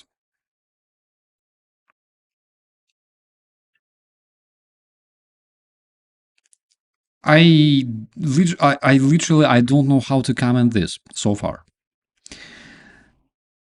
Ooh, but scientists of different specialities and also thousands of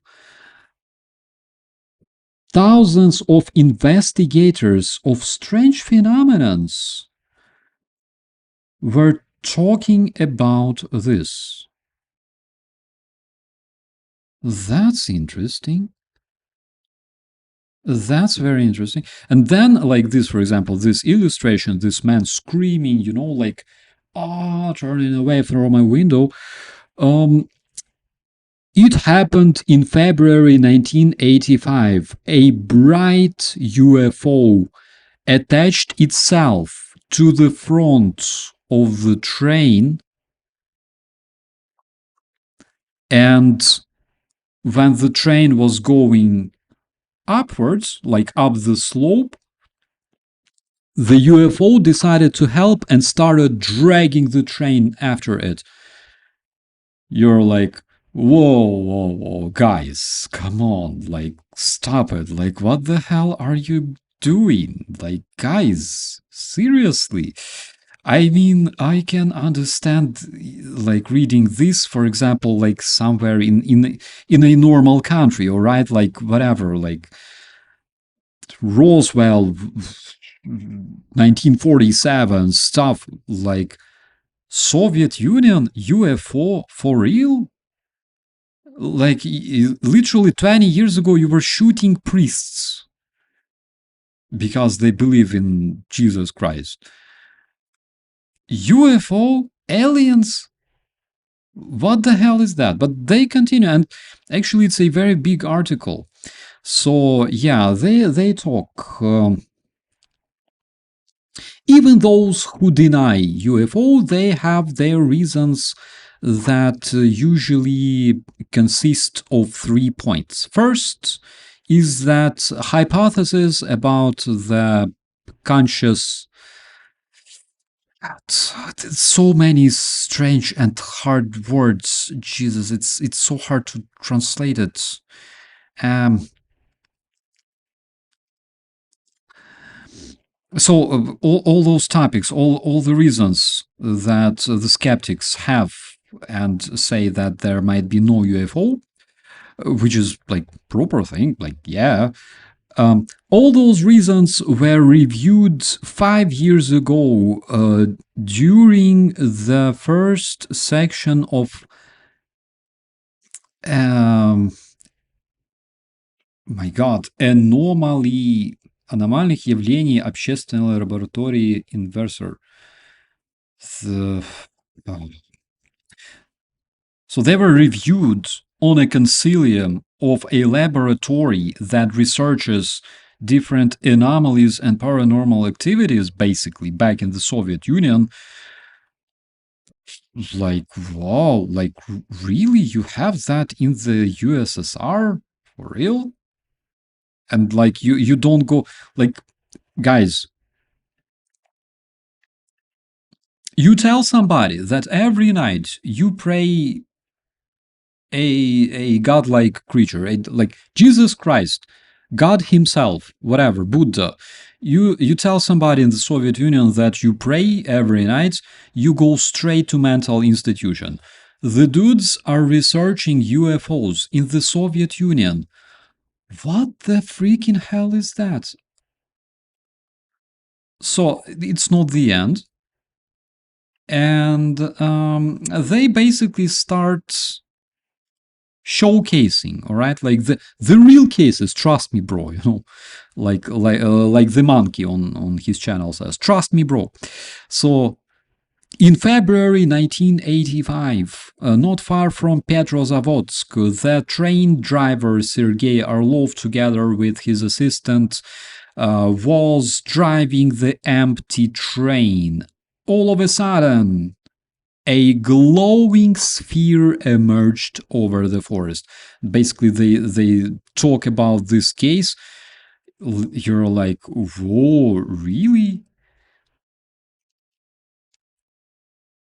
That is so exciting to read about this shit. But okay, let's continue. And basically, like, the whole article is very, very big. They even mention United States.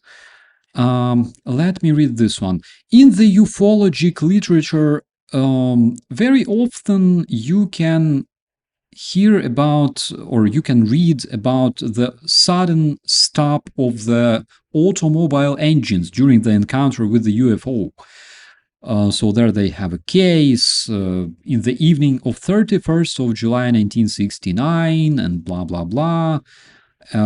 Similar cases were also noticed in different countries. For example, in the United States, the UFO flew over the area where the cars were driving, and also there was a tractor working in the field.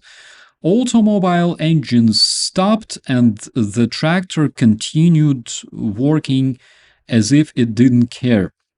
Most obviously, the dude literally, had some fire water. The tractor didn't work on fuel in the United States. It worked on the fire water that the driver was, like, literally, putting inside of himself.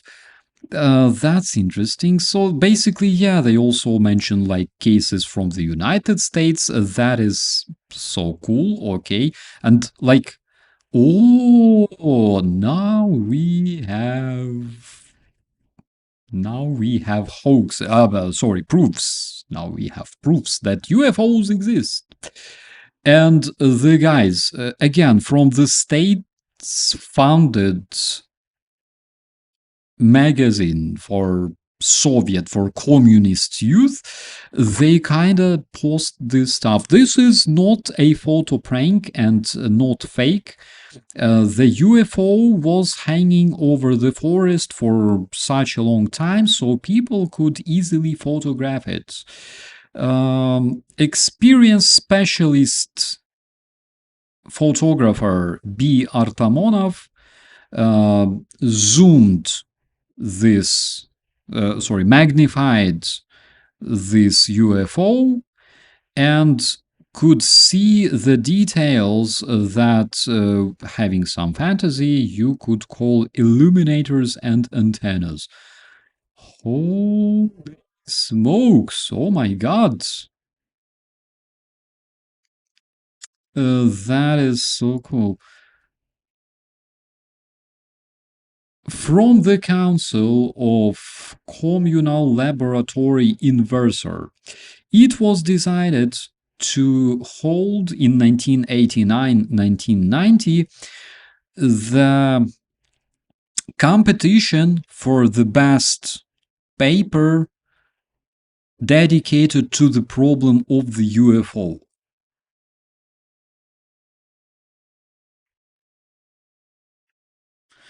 Soviet Union. So on one hand, you have communists, progress, outer space, cosmic rays, micro schemes, computers in the heads, you name it. We have, like, religion bad, Jesus Christ bad, Buddha bad, okay, Allah, well, not really, but, like, okay, yeah, but Jesus is definitely bad, yeah, not communist enough. then all of a sudden you have like articles dedicated to the freaking UFO and aliens. Really? On the thumbnail to this stream, by the way, there's like this ghost, and the title, I don't remember if I read it, but the title says, "Where do the ghosts come from? USSR, a magazine for the progressive communist youth." What the hell is that? All right, let's go further. So, let's continue. The unit technique, the young technician again, very very interesting magazine. All right, the holy day of air flying in old Vilnius. Very cool. Very nice. Very nice. Very nice. So, what do they have? All right. Blah, blah, blah. Buran. This is very cool. So, here we have Buran. What is the purpose of Buran? Basically, Buran was the Soviet copy paste of American Shuttle. All right.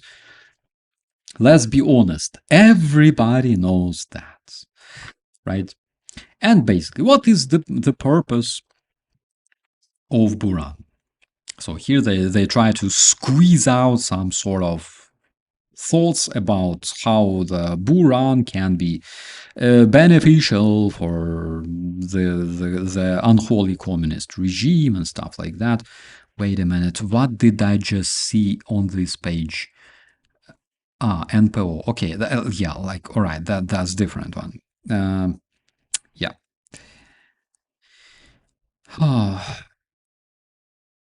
So different interesting facts. The festival orbit. What the hell is this? The story of the 13th International Festival of Youth and Students in Pyongyang gathered record number of countries, more than 170. That's pretty interesting. All right. I believe that probably like Lee Harvey Oswald could have visited some of those at some point. Correct me if I'm wrong. So, what else? Like folklore holiday in Tonmen and blah, blah, blah. So there are quite a few communist countries, absolutely unholy, absolutely atrocious, all right, that had such events. How do you think? What kind of kids would go to such festivals? Do you have like any versions?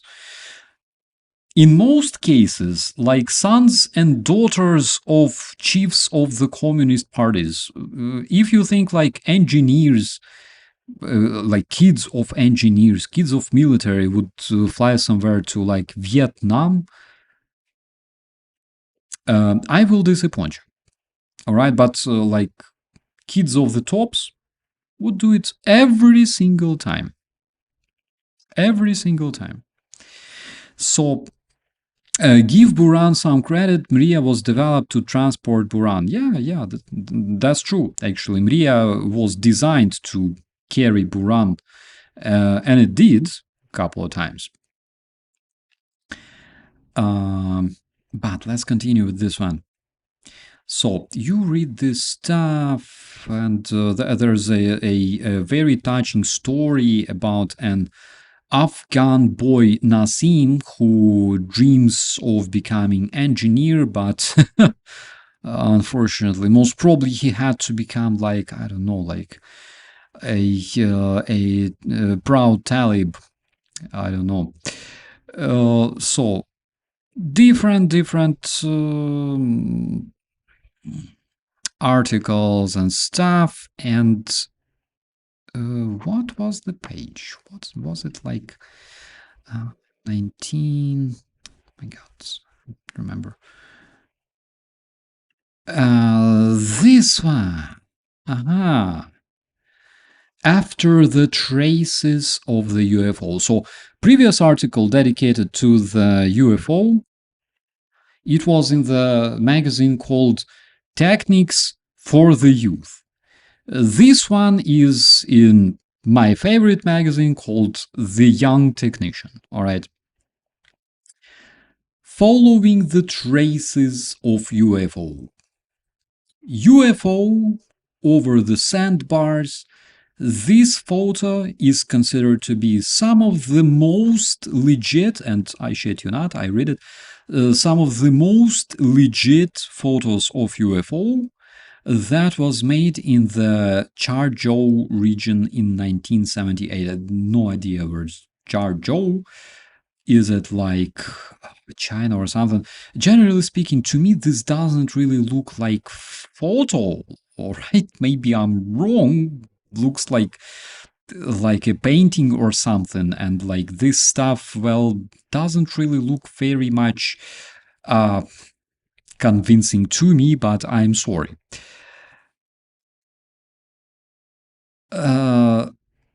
Dear editorial, recently on the television they were talking about this and also writing in the newspapers there in the Soviet Union that in Volgogradskaya Oblast a whole chain of UFO landed.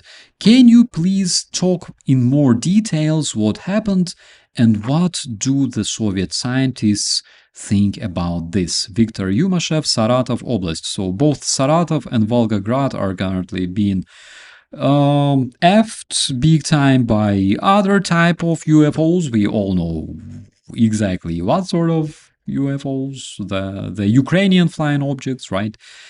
And actually, this whole article is dedicated to the cases. Yeah. Looks super legit, my friend. Absolutely. Like, this stuff, when you look at it, doesn't raise any questions about its legitimacy. Like, looks like perfect HD. All right, everything is there. Airbrushed photo. I was Photoshop artist. Yeah, could be. But again, it was like 1989 or something, or 88. So they dedicate the whole article about the cases. The title says, "We saw it with our own eyes." And of course, if you are a Soviet teenager growing up there and you go like, they saw with their own eyes, most probably that happened. And this, by the way, like this paragraph, I remember still because you see, like Luda Rybakova. So Rybakova is the last name of Luda. Because I was like 4 years old, I didn't know that you can split the words like that. That is why I literally read it like Luda Riba means fish, Kova Gulyali. And I was like standing there in the middle of the room and thinking, what does it mean? Kova Gulyali, this shit makes no sense whatsoever.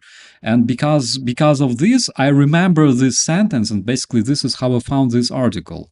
Люда Рыбакова гуляли в окрестностях, like this stuff. This is something I remember since I was like 3 years old or 4 years old. Yeah, but they tell a very, very touching story.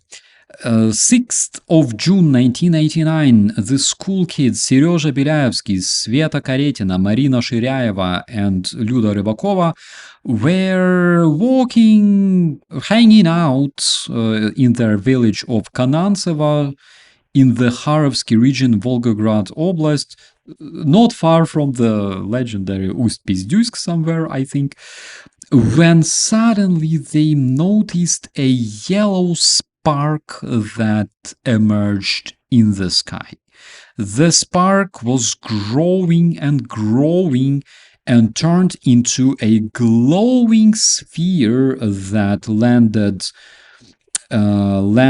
on a field approximately half a kilometer away from the witnesses, and then the sphere split in halves, and a humanoid was seen on the field. Like literally, guys, I'm reading this.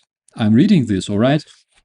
Like I have literally goosebumps because when I was like 4-year-old kid, this story gave me nightmares. For real.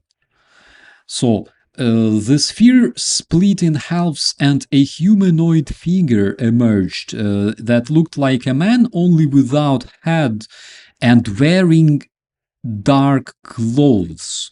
The guys noticed that the arms of the alien hanged lower than its knees, and at some point, the flying object vanished in the air, and its passenger, the alien, started moving towards the village. And again, like, oh, holy shit, I have goosebumps from that. It's like trauma since my childhood.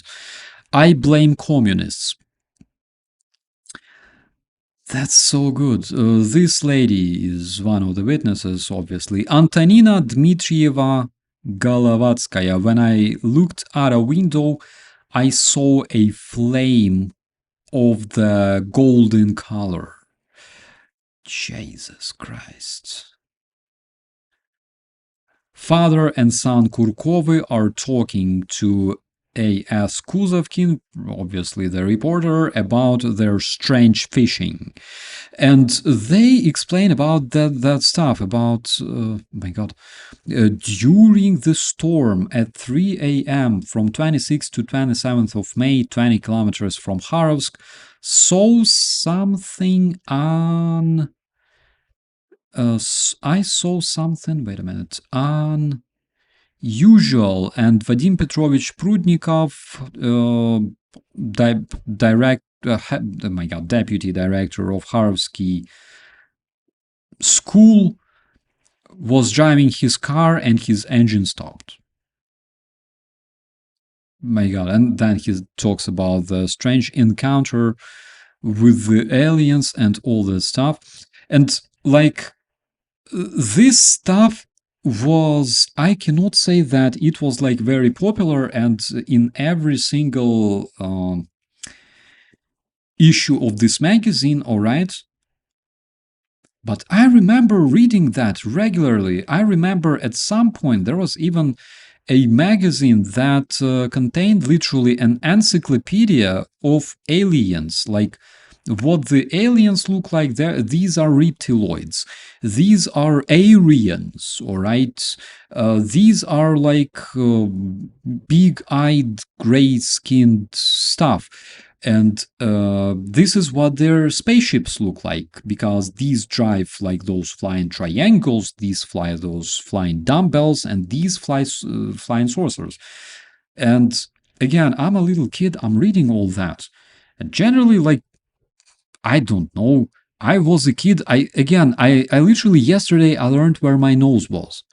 I didn't care if like aliens existed for real or not. Like I'm reading about this, so I believe.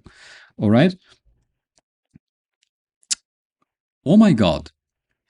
But my friends, I found something much more exciting because, for example, in 1990, they published some. No, 1989. They published something even more hardcore in the magazine that you will laugh, but it's called The Knowledge. All right. And which, by the way, is strictly according to the communist philosophy, because Lenin said, learn, learn, learn. All right. I believe it was like, and communists were like, oh, this is genius. And they were quoting Lenin everywhere. In every school, you would see just 3 words. Not like Vafanapoli, but learn, learn, learn. I bet it was like this. Krupskaya talks to Vladimir Lenin, and she's like, Volodya, we need a quote. And Volodya is like, fuck off. I don't care. I want to just leave me be. I have a hangover. She's like, Vova, here is vodka. Give me a quote for the working people. The dude is like,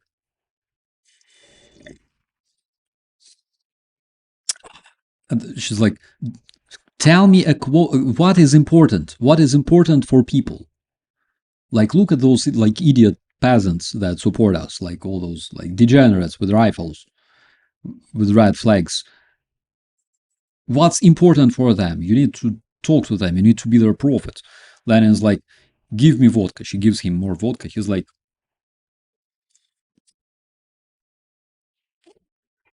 oh, right after me. Learn. She's like, so what else? He's like, learn and learn. She's like, this is genius. And basically after that, they were like copy pasting, learn. This is such a freaking like Sun Tzu is nothing. Fuck you, Sun Tzu, compared to Lenin with his learn, and guess what? Learn. You know, like that is something absolutely incomparable. Of course, like Lenin is like a real philosopher. Kids had to freaking learn his like dozens of his books about communism full of bullshit, because without that they would be freaking despised in the USSR. But yeah, so returning to our little magazine here, on this amazing footage, I think you can already recognize the character, all right, on the cover of the Knowledge magazine that was published in the USSR. And of course, I am not talking about Vladimir Putin. I am not talking about Medvedev. I am talking about the Bigfoot. And of course, they talk about Bigfoot, about the unresolved mysteries of cryptozoology. And you're like, fuck, really? Holy shit. And then like you can generally see that they have like a lot of those, like this is about people with extrasensoric abilities. This says man or machine. This is about energy and like whatever. So how do you think, my friends, what's the point? I think like I gotta wrap it up very soon because it's very late. I'm sure that you all very tired like watching this already. But what is the point of being like this progressive state? You know, progress, materialism, technology, cosmos, aircraft, RPG 7. You know, and at the same time, besides all that knowledge about like cold fusion, micro schemes and stuff, you stuff your heads with things like UFO, aliens, and ghosts. Like what's the point of that? And all of a sudden, thinking about this, I realized that in Soviet Union you had the population that most probably at least pretended that they don't believe in Jesus Christ and stuff like that. But they all were extremely superstitious. Extremely. I believe 100% of people I knew in Soviet Union, like my parents, friends themselves, aunties, uncles, like you know, like those guys, my parents' friends, you know. At some point, I realized that they all believed, they didn't believe in Jesus Christ, but they all believed in aliens and ghosts. And thinking about this, like from my standpoint, from like 2026, I realized that this is like mirror reflection of what they have in the Terror Russia at this point. Because based on this, based on superstitions,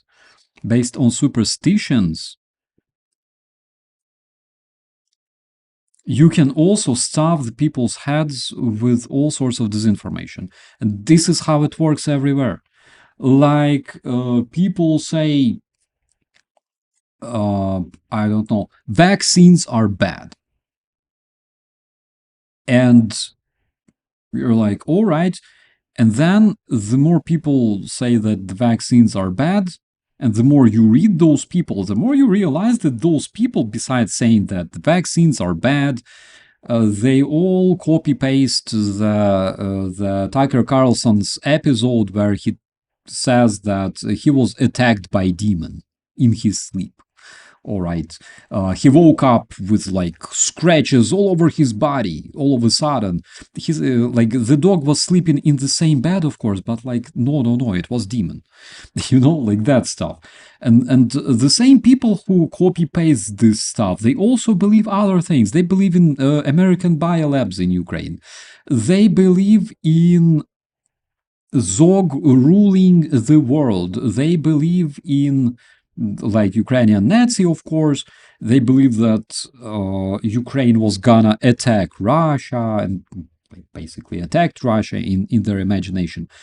Because when you have superstitious people, all right, like, all right, I believe, I understand that people are different and like it's completely fine. I mean that when you train your population to be superstitious deliberately, and in the Soviet Union, by the way, besides all those magazines, they had a lot of different programs like «Очевидное невероятное». I remember it still. Meaning, «Очевидное невероятное» means obvious and невероятное, obvious and unbelievable. All right. Where they actually talks about poltergeists, ghosts, extrasensorics, all sorts of mediums, dead people walking this earth and stuff like that. What was the point of showing that in the Soviet Union so massively? And now I realize why. It's literally because when you grow the generations of your serfs, all right, of the peasants, of your future invaders, when you grow them as gullible people trained to be superstitious, that actually makes them very, very easy to control. Again, you can see that there are different articles about like cold fusion, other bullshit, all right, like zeppelins with cosmodromes on board and stuff like that. A lot of bullshit, let's be honest. Okay, interesting, but literally sci-fi. All right, but at the same time, they never trained the Soviet people to be actually smart. Educated, yes. Smart? Not really, because being smart in the Soviet Union, just like today in the Terror Russian Empire, that would be very, very dangerous for the terrorist, inhumane regime of tyranny and dictatorship ruling those people. Because smart people and educated people, turns out that it's completely different things. Okay, being educated, as it turns out, doesn't necessarily mean that you're smart, because even smart people can believe in shit like biolabs, and we all know that, right? So that is a lot of people also believe in humble politicians. Yeah, I agree with you. I never believe in humble politicians, especially looking like, at guys wearing like Rolexes and stuff like that. How did you? Who were your parents? So Egyptian priests did the same stuff with their slaves building the pyramids. History repeats itself. Yeah, yeah, because like even based on what we saw, for example, in Egypt, right? Like the pyramids, the parallel reality, the other side. Your pharaoh doesn't disappear. He doesn't die. He steps into a different world where he will rule, and he will be watching you, serfs. He will be watching you, what you do. And you're like, oh shit, let's build pyramids. And you build like the biggest things that, generally speaking, like from the standpoint of culture and history, of course, they mean a lot. From the standpoint of architecture, they mean a lot because they pushed the progress of our civilization and stuff like that. But they are the biggest and the most meaningless structures in the world. Okay, we build a lot of them. We build all sorts of, I don't know, structures that at the same point, like priceless and useless. We have a lot of cathedrals, we have pyramids, we have pyramids of Maya, Incas, and stuff like that. It's basically the same. The geoglyphs in the Nazca Desert, those like huge drawings on the earth, on the surface of the earth, right, that were made for no apparent reason whatsoever. All right. Still, there are again gullible people that believe that aliens, other civilizations, used those drawings, all right, as their nav aids, basically, all right, their navigation aids and stuff like that. And it depends on the amount of empty vodka bottles. Basically, yeah, like New Year, for example, your parents like gather somewhere in the room, all right, and after like several glasses, all right, after several glasses, shuba salad and jelly meats, you start hearing your like elders, sorry, talking about, I don't know, like flying saucers and stuff like that, and you're like, whoa, what the hell is that? It was Banks. It was like his grandpa was probably, yeah. So you start hearing some very, very interesting talks. That was kind of sus, but generally speaking, I understand why it's done. Because smart people are always danger for the tyranny, and that is the only reason why countries like, giant gas stations like Russia, for example, why they don't need smart people. All right, and if they have those smart people, why they don't want them to receive any power? Because that is extremely, extremely dangerous. It's better to have like a bunch of stupid peasants, like they don't know shit. Like you read some stuff about like nuclear fusion, like cosmic telescopes, and then boom, there is this amazing, colorful story about artillery, all right, or Su-25. I read in a different issue of that Unitechnik, the Young Technician, I read an article about the Su-25, where they say there was a case in Afghanistan. We were surrounded by the dushmans, by those, by the Afghani, by the Mujahideens. Yeah, and our guys were surrounded, and they called the air support, and two Su-25 arrived, and they suppressed the enemy, and our guys. Like literally, I don't know. I imagine that they literally jumped on the backs of those Su-25 and flew away. And this very guy, the author of those articles, he says,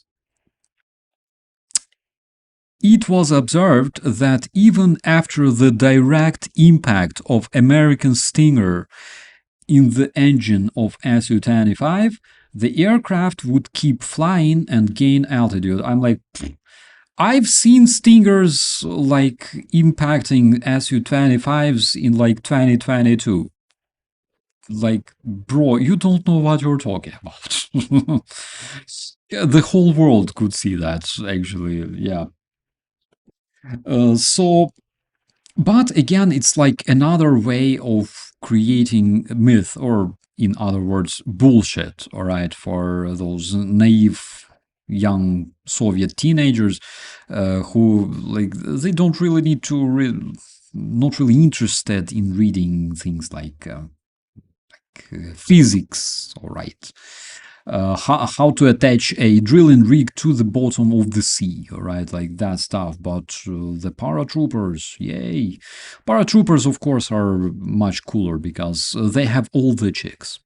So that's my observation, and from this standpoint, like I'm what, I'm 40 something. From this standpoint, I read this stuff and I realize just how similar, like not even similar, but how same this shit is what we observe currently in the Terrorist Federation. It's absolutely the same. So, just my observation, guys. Let me know if you liked We Germans Live Healthy.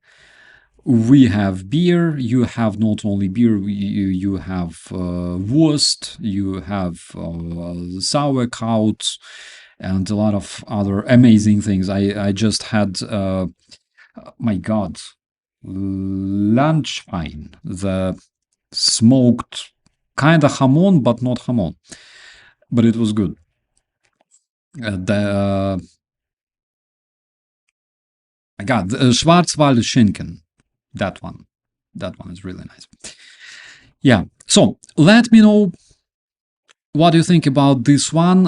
Also, please leave your commentaries. I need to know, like, if you had any similar experiences, and generally, what sort of journals did you read yourself in the Western countries? Because I literally have no idea. We read so much bullshit about you guys. You will be impressed. Most probably, like next time on the stream, I will specifically dedicate the stream to the bullshit I read about you, my friends, in the Soviet magazines and newspapers, because that is, again, something very, very cool.